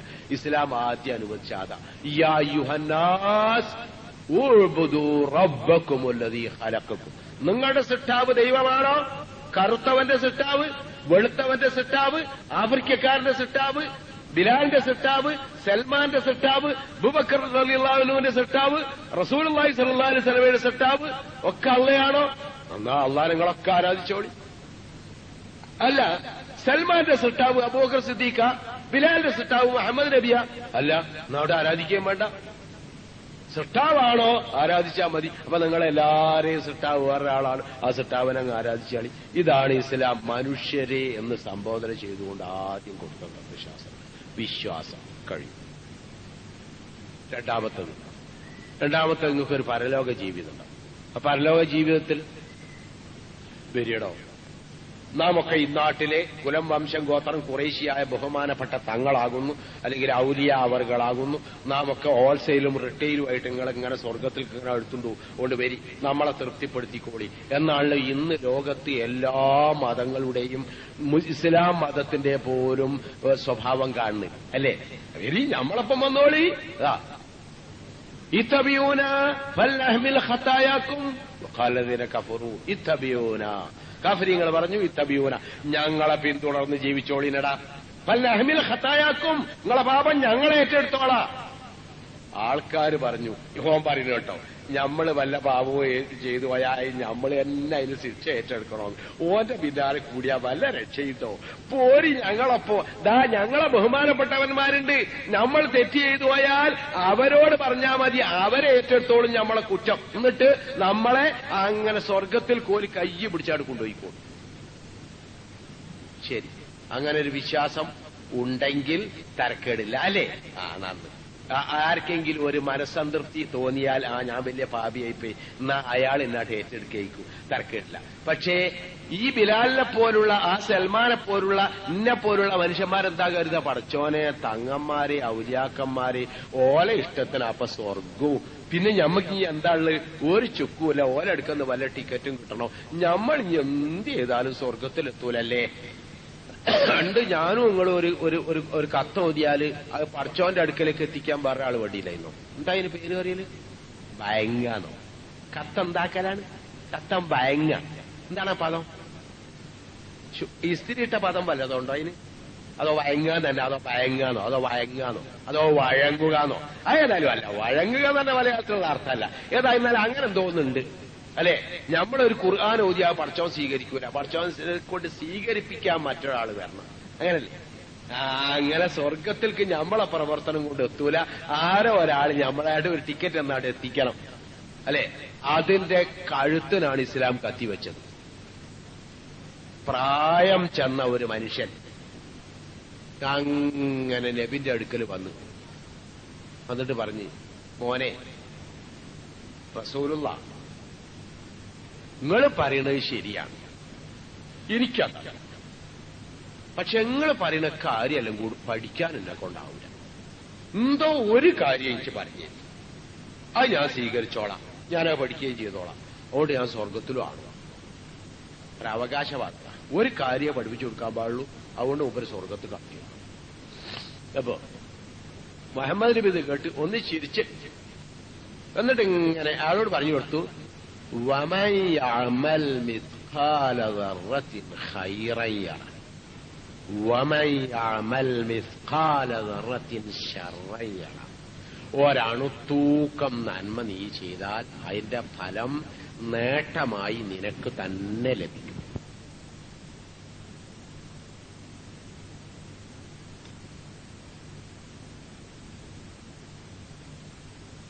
നന്മ നേട്ടമായി കിട്ടും.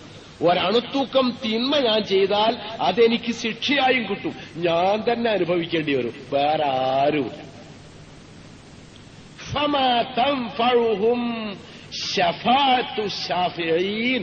ഒരൊറ്റ ഒരുത്തന്റെ ശുപാർശയും അവിടെ നിങ്ങൾക്ക് ഒരു തരത്തിലും അവർക്ക് ഒരു തരത്തിലും ഒരു ഉപകാരവും ചെയ്യില്ല. ശരി, അടുവിട്ടു. ഇനി എന്തേ ഉള്ളൂ? നിങ്ങളുടെ പ്രവർത്തനം. പിന്നെ റഹ്മാനായ ഒരു തമ്പുരാനും. അതിനെപ്പറ്റി നിങ്ങൾക്ക് വിശ്വാസം ഉണ്ടെങ്കിൽ നിങ്ങളുടെ സ്വന്തമായ റഹ്മാനായ ഒരു തമ്പുരാൻ, പിന്നെ നിങ്ങളും നിങ്ങളുടെ പ്രവർത്തനം, ഇതിലപ്പുറം ഒന്നുമില്ല. പരലോകം തന്നെ അങ്ങനെ. അതിൽ വേറൊരുത്തന്റെ സർട്ടിഫിക്കറ്റും വേണ്ട, വേറൊരുത്തന്റെ ടിക്കറ്റും വേണ്ട, വേറൊരുത്തന്റെ ശുപാർശയില്ല, ഒരു ചുക്കുമില്ല. ഞാൻ ചെയ്തോ എനിക്ക് കിട്ടും, തങ്ങൾ ചെയ്തോ താങ്കൾക്ക് കിട്ടും, നബി ചെയ്തോ നബിക്ക് കിട്ടും, അബൂബക്കർ സിദ്ദീഖ് ചെയ്തോ അബൂബക്കർ സിദ്ദീഖ് കിട്ടും, ഉമർ ഖത്താബ് ചെയ്തോ ഉമർ ഖത്താബിന് കിട്ടും, വേറെ യാതൊന്നുമില്ല. അതങ്ങനെ തന്നെ കൃത്യമായി ബോധ്യപ്പെട്ടവരായിരുന്നു അവരൊക്കെ. അപ്പൊ ഉമർ ഖത്താബ് റളിയല്ലാഹു അൻഹുവിന് ഭരണമേൽപ്പിച്ചതിന്റെ പിറ്റേന്നാൾ ജനങ്ങൾ ബയ്യത്തിന് വരുമ്പോ ഉമർ ഖത്താബ് ഇങ്ങനെ നെഞ്ഞത്ത് ഒഴിഞ്ഞുകൊണ്ട് പടച്ചോനെ എന്ന് പറഞ്ഞിട്ട് ഇങ്ങനെ നെഞ്ഞത്ത് വീണു. അപ്പൊ കുറച്ച് കൂട്ടുകാർ വന്നിട്ട് ചോദിച്ചു, എന്താ ഉമർ ഇത്? ഈ നാട്ടിന്റെ ഭരണകർത്താവായി ഇന്നലെ നിങ്ങളെ തെരഞ്ഞെടുത്തു, ഇന്ന് ജനം നിങ്ങൾക്ക് അഭിവാദ്യം അർപ്പിക്കാനും ബൈഅത്ത് ചെയ്യാനും വേണ്ടി വരികയാണ്, നിങ്ങളപ്പം നെഞ്ഞത്ത് കൈവച്ച് പടച്ചോനെ എന്ന് സന്തോഷിക്കേണ്ട ദിവസമല്ലേ ഇത് എന്ന് ചോദിച്ചു. ഉമർ ഖത്താബിന്റെ മറുപടി, നിനക്ക് അങ്ങനെ പറയാം.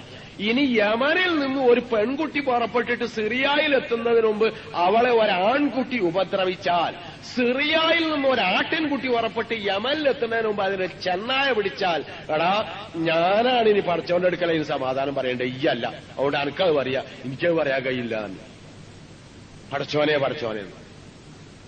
അപ്പോ അങ്ങനെ ഞാൻ തന്നെയാണ് എന്റെ കാര്യത്തിന് 100% ഉത്തരവാദിത്വം. പടച്ചോന്റെ അടുക്കൽ പരലോകത്തും അങ്ങനെയാണ്. അങ്ങനെ തന്നെ ഞാൻ ദുനിയാവിലും പ്രവർത്തിക്കണം.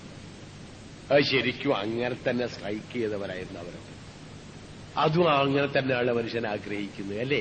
നേർക്ക് നേരെ ആരെങ്കിലും ഒരാള്, ഏതെങ്കിലും ഒരു മനുഷ്യൻ അയാൾ ഇന്നാട്ട് എടുത്തിടുക എന്നുള്ളതല്ല, ഞാൻ ചെയ്താൽ എനിക്ക് കിട്ടും. അതിന് വേറെ ഒരുത്തന്റെ സേവയും ആവശ്യമല്ല, വേറെ തന്റെ സർട്ടിഫിക്കറ്റും ആവശ്യമല്ല, വേറെ തന്റെ ടിക്കറ്റും ആവശ്യമല്ല. ഞാൻ നേരിട്ട് പടച്ചവന്റെ അടുക്കലേക്കാട് പോയാൽ, ഞാൻ മുഹമ്മദ്, പടച്ചവനെ നിന്റെ സൃഷ്ടി മുഹമ്മദ്, ഞാനിതാ എന്റെ പ്രവർത്തനവുമായി നിന്റെ മുമ്പിൽ വന്നിരിക്കുന്നു. കഴിഞ്ഞ് പടച്ചവൻ ഇങ്ങോട്ട് പറയൂല അങ്ങനെ,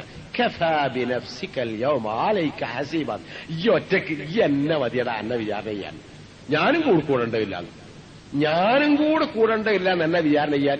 ഈ എന്നെ വിചാരണ ചെയ്തോ, എന്നിട്ട് വിധിയും പ്രസ്താവിച്ചാളാ. ഈ നല്ലവനാണെങ്കിൽ ഈ പറ, ഈ സ്വർഗത്തിൽ കാണുന്നു, ഈ പറഞ്ഞോ. നാ അങ്ങനെ അല്ല, ഈ ചീത്ത ആളാണ്, എന്നാ ഈ നരകത്തിൽ ഈ എന്നെ പറഞ്ഞോ. പൊള്ളറിയാൻ കഴിയൂല. പൊള്ളറിയാൻ കഴിയാത്തൊരു രോഗമല്ലേ. തന്റെ റെക്കോർഡ് മുഴുവനും ഇങ്ങനെ നോക്കി കണ്ടിട്ട്, പടച്ചോനെ ഇങ്ങനാണെങ്കിൽ ഞാൻ നരകത്തിൽ എന്നാ പോയിക്കട, അല്ല ഇങ്ങനെയൊക്കെ എനിക്ക് സ്വർഗത്ത് പോവാ പഠിച്ചവനെ അതിനൊക്കെ ഉണ്ട്. ഈ സ്വർഗത്ത് പോയിക്കോ, എന്നെ മതി എന്റെ വിചാരണക്ക്, വേറെ ആള് വേണ്ട. അത്ര കൃത്യമായും കണിശമായും നീ തന്നെ എന്റെ ഉത്തരവാദി, വേറെ ആളും അതിന് കൂടേണ്ടതില്ല. എന്തൊരു സുന്ദരൻ തത്വശാസ്ത്രം. ഞാനെടുത്താ എനിക്കുണ്ട്, ഓനെടുത്താ ഓനുണ്ട്, ഓനെടുത്താ എനിക്കുമില്ല, എന്റെ എടുത്താ ഓനും വേണ്ട. ഇന്ത്യയിൽ ഓൻ സർട്ടിഫിക്കറ്റ് കൊടുക്കേണ്ടതില്ല. അതാണ് പ്രധാനം. എനിക്ക് വേണ്ടി ഓൻ സർട്ടിഫിക്കറ്റ് തരത്തില്ല, ഞാൻ തന്നെ എന്നാ മതി. ഇങ്ങനത്തെ ഒരു ലോകം ദുനിയാവ് പോലും ദുനിയാവിലോട്ടുണ്ടാകിയില്ല. പരലോകത്തുള്ള ഇതല്ലേ മനുഷ്യൻ ആഗ്രഹിക്കുന്നത്. നാഗന്നെ പരലോകത്തെ പറ്റി പറഞ്ഞ വിശ്വാസം. ഇനി എന്താണുള്ളത്? ഇനി നമസ്കാരം, നോമ്പ് ഇത്യാദി ഏർപ്പാടുകളൊക്കെ നിങ്ങൾ ഇങ്ങനെ എടുത്തേച്ച് നോക്കി.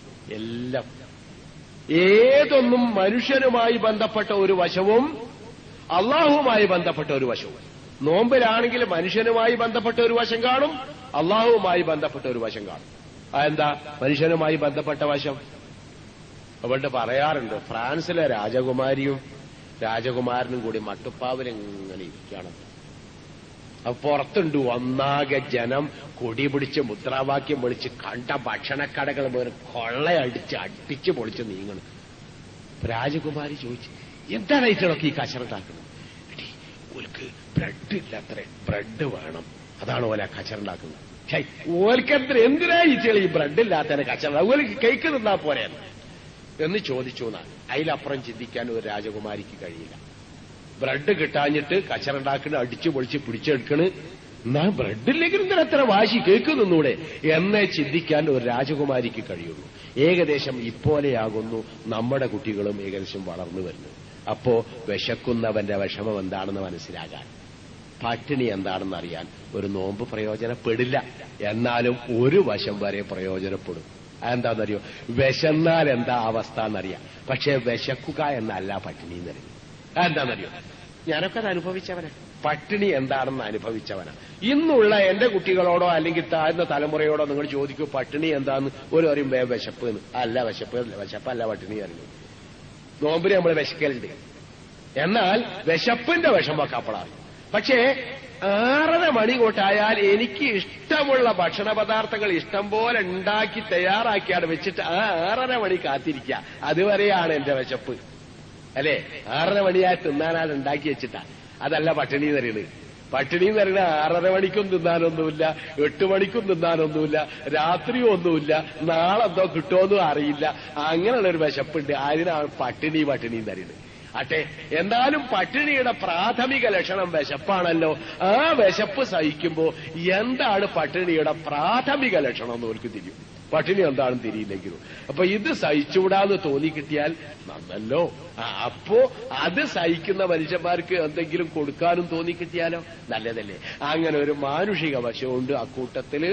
അതേപോലെ തന്നെ ഒരു ദൈവിക വശമുണ്ട്. പിന്നെ ഞാൻ എന്ന മനുഷ്യന് ഞാനായിക്കൊണ്ടൊരു വളർച്ചയുണ്ട്. അഥവാ ഒരു മനുഷ്യൻ മാനവതയിലേക്ക് വളരുന്നു. എന്റെ സുന്ദരിയായ ആരോഗ്യവതിയായ പെണ്ണ് ഇവിടെ ഇരിക്കും. ഞാൻ സ്വന്തം ഹലാലായി നേടിയ ഭക്ഷണം ഇതാ ഇവിടെ കിടക്കുന്നു. എന്റെ ഇഷ്ടപാനീയം അതാ അവിടെ കിടക്കുന്നു. എന്റെ ബ്രാൻഡ് സിഗരറ്റ് ഇതാ ഇവിടെ കിടക്കുന്നു. എനിക്ക് നാവുണ്ട്, എനിക്ക് വായുണ്ട്, എല്ലാം ഉണ്ട്. പക്ഷെ ഞാൻ തിന്നൂല, ഞാൻ അനുഭവിക്കൂല. എന്താ അങ്ങനെ ഒന്നാൽ? വിശക്കുന്നില്ലേ? ഉണ്ട്. ദാഹിക്കുന്നില്ലേ? ഉണ്ട്. തൊണ്ട പൊട്ടുന്നില്ലേ? ഉണ്ട്. വയറ് കത്തിക്കരിയുന്നില്ലേ? ഉണ്ട്. ഉണ്ട്. പക്ഷെ ഞാൻ ചെയ്യൂല. എന്താ എനിക്കൊന്ന് നോക്കിയൂടെ? സെൽഫ് ഹിപ്നോട്ടിസം എന്ന് പറഞ്ഞിട്ട് തത്വശാസ്ത്രം ഉണ്ടല്ലോ സാധാരണ ആധുനിക യുഗത്തിലും. ഞാനെന്താ എനിക്ക് ഇത്ര നേരം ചെയ്യണ്ട എന്ന് പറഞ്ഞ് ഞാനെന്താ നിയന്ത്രിക്കൂലേ? നിയന്ത്രിക്കാൻ എന്നെ കൊണ്ടാകുമോ? അത് നോക്കുക. അങ്ങനെയാണല്ലോ മനുഷ്യൻ മാനവതയിലേക്ക് വളരുന്നത്. എനിക്ക് എന്തൊക്കെയോ ചെയ്യാൻ തോന്നുന്നുണ്ട്, ഞാൻ ചെയ്യില്ല, ഞാനൊരു മനുഷ്യനാണ്, ഞാനിപ്പോ ചെയ്യാൻ പറ്റൂല, ചെയ്യണില്ല. ചെയ്ത് കഴിഞ്ഞിട്ട് എന്താ ഇപ്പൊ ഞാൻ കാണിച്ചത് എന്ന് ചോദിക്കുന്ന അവസ്ഥയിലല്ല, ഞാൻ ചെയ്യുന്നില്ല. അതെന്താ കുറച്ച് നിന്നൂടെ? അങ്ങനെ നിൽക്കാൻ ശീലിക്കുക. അപ്പൊ മനുഷ്യൻ മാനവതയിലേക്ക് വളരാൻ ഇത്തിരി നിയന്ത്രണങ്ങൾ ആവശ്യമാണല്ലോ. അത് വരും, അത് ശീലിക്കും. ആ ശീലിക്കാനുള്ളൊരു വശവും കൂടെ ഉണ്ട്. ശരി, ഒരു നമസ്കാരമാണെങ്കിലും ഉണ്ട് ഇതൊക്കെ. എന്താ നമസ്കാരത്തിൽ എന്താ മാനുഷിക വശം? ഒന്നുമില്ല. ഞാനും എന്റെ ബോസും എന്റെ മുതലാളിയും എന്റെ കീഴ് ജീവനക്കാരനും ഞങ്ങൾ ഒരുമിച്ച് തോള് ചേർന്ന് ആടുകൊണ്ട് തൊട്ട് ഒരു ലൈനായിട്ട് നിൽക്കുന്ന സന്ദർഭം ഏതാ? സെൻട്രി തുറന്നു വെച്ചു കൊടുത്ത കാറിലൂടെ അങ്ങേര് മെല്ലെ പുറത്തേക്ക് ഇറങ്ങി. അപ്പുറത്ത് പിന്നെ PA തുറന്നു വെച്ച ആർഡോറിലൂടെ മെല്ലെ ആ പിന്നെ കറങ്ങുന്ന കസേലയിൽ എന്താകുക എന്നാ പറയുന്നത്, ആസനസ്ഥനാകുക. അതോ തിരുമേനി ഫിറ്റ് ചെയ്യേ. സാറിന് ഈ ഇംഗ്ലീഷുകാർ പറയുന്നുണ്ട്, please deposit your mighty body in this chair. അപ്പൊ അറിയുന്ന രൂപത്തിൽ പറയാൻ തോന്നിപ്പോലുണ്ട് ചില ഓഫീസേഴ്സിനെ കണ്ടാൽ. അപ്പൊ അങ്ങനെ ആ മൈറ്റി ബോഡി ഡെപ്പോസിറ്റ് ചെയ്യാനുള്ള ആ കറങ്ങുന്ന കസേലയിൽക്കാട് പോയിരിക്കുകയും അവിടുത്തെ ഓഫീസ് മാനേജർ വന്നാൽ അല്ലെങ്കിൽ വിംഗ് മാനേജർ വന്നാൽ തടിച്ച കണ്ണടക്ക് മോളിലൂടെ എന്ന് ഒരു മുരളിച്ചയുടെ ലയണിന്റെ മുരളിച്ചയുടെ ഒരു ചോദ്യവും എന്നിട്ട് അതിന് ഓച്ചാനിച്ചായുടെ മറുപടിയും കണ്ടാൽ ഇദ്ദേഹം ലോകത്തിലെ ഏറ്റവും വലിയ പ്രമുഖൻ. അയാൾ പുറത്തേക്ക് കടക്കുമ്പോ PA വാതിൽ തുറന്നു കൊടുക്കും, സെൻട്രി കാറിന്റെ വാതിൽ ഡോർ തുറന്നു കൊടുക്കും, അയാൾ എന്നോട് അടിച്ചും കൊടുക്കും, എന്നിട്ടാട്ട് ഒഴുകും ആ കൊട്ടാരം വല്ല ലയൺസ് ക്ലബിലേക്കും. എന്നിട്ട് പിന്നെ ലയണിന്റെ വീട്ടിലേക്കും പോകും. അല്ലാണ്ട് അയാൾ മനുഷ്യനുമായിട്ട് ഇവിടുത്തെ തൊഴിലാളികളുമായിട്ട് എന്താ ബന്ധം? ഒന്ന് തൊടാൻ നേരം കിട്ടുമോ? ആടും ഒന്ന് ഒരുമിച്ച് നിൽക്കാൻ പറ്റുമോ? രണ്ട് സ്വർക്കാൻ പറ്റുമോ? അങ്ങനെയുള്ള മനുഷ്യന്മാരാണല്ലോ നിസ്കാരത്തിന് അന്ന് അങ്ങനെ പരസ്പരം തൊട്ട്. ഇയും ഞാനൊക്കെ ഒരുപോലെ തന്നെയാണ്. ഒരേ വരിയിൽ കണ്ടവനാണ്. ഒരേ വരിയിൽ കണ്ടവനാണ് ഇയും ഞാനും ഒക്കെ. അവിടെ പിന്നെ അങ്ങനെ വേണം, തൊഴിലും അടക്കണമെങ്കിൽ അങ്ങനെ വേണം. അതുകൊണ്ട് അടങ്ങനെ ഒന്ന് ചെയ്യണം. വാസ്തവത്തിൽ ഇയും ഞാനൊക്കെ ഒന്ന് തന്നെ എന്ന് പറഞ്ഞിട്ട് ആടും കൂടെ തൊട്ട് ഇവിടെ യജമാനന്റെ അപ്പുറത്തും ഇപ്പുറത്തും അവിടുത്തെ തൊഴിലാളി, ഇത് ക്ലാസ് 4 ജീവനക്കാരൻ, അങ്ങനെ തൊട്ട് നിൽക്കുന്ന അവസ്ഥ ഒന്ന് ആലോചിച്ച് നോക്കി നിങ്ങൾ. മനുഷ്യനുമുണ്ട്, മനുഷ്യബന്ധങ്ങളുണ്ട്, ഇങ്ങനെ എല്ലാ പ്രവർത്തനങ്ങളും ഉണ്ട്. റസൂലുള്ളാഹി ഒരിക്കൽ ഒരു തന്നെ ആൾട്ടർനേറ്റീവ് വഖ്തിനെ കാണുള്ളൂ. ഒരു ളുഹറിന് കാണും, അസറിന് കാണൂല, പിന്നെ മഗ്‌രിബിന് കാണും, പിന്നെ ഇശാന് കാണൂല. ഇങ്ങനെ ഒരാണ് എത്തൻ ഒരു വന്നു പോയി, എന്താ എല്ലാ വക്തനും വരാത്ത? സ്വകാര്യാണ് വലിയ സ്വകാര്യാണ്, നിങ്ങളോട് ഞാൻ പറഞ്ഞുതരാൻ. അതാണ് പെണ്ണുങ്ങൾക്കും പള്ളിയിൽ പോകണമെന്ന് വലിയ പൂതി. അപ്പോ ഒരു മുണ്ടേ ഞങ്ങൾക്ക് ഒരു ഡ്രസ്സേ ഞങ്ങൾക്ക് പുറത്ത് കൊടുത്തോണ്ട് ഇറക്കാൻ പറ്റുള്ളൂ. അപ്പൊ ഓൾ ഉടുത്ത് വരും ഒരു നേരം. അപ്പൊ ഞാൻ പുരയിലിരിക്കും. പിറ്റേ ആ വക്കത്തിന് ഞാൻ ഉടുത്ത് വരും, അപ്പോൾ പുരയിലിരിക്കും. അങ്ങനെ ഓരോ വക്കത്തിന് ഞങ്ങൾ അങ്ങനെ ഉടുത്ത് വരലാന്ന്. സുബ്ഹാനല്ലാഹ്. അല്ല, റേഷനാണ് ഈ വസ്ത്രം. റസൂലുള്ളാഹി ഹാജരായ ആൾക്കാരോട് ഇങ്ങനെ ചോദിച്ചു, നിങ്ങളെ ആരെങ്കിലും ഡ്രസ് ഉണ്ടോ ഇവർക്കൊന്നും കൊടുക്കാൻ കീറാത്ത എന്ന് ചോദിച്ചു. ഇന്ത്യയിൽ നബി പയതുണ്ട്, കീറാത്ത വരണുണ്ട്. അവർക്ക് കൊടുക്കണം.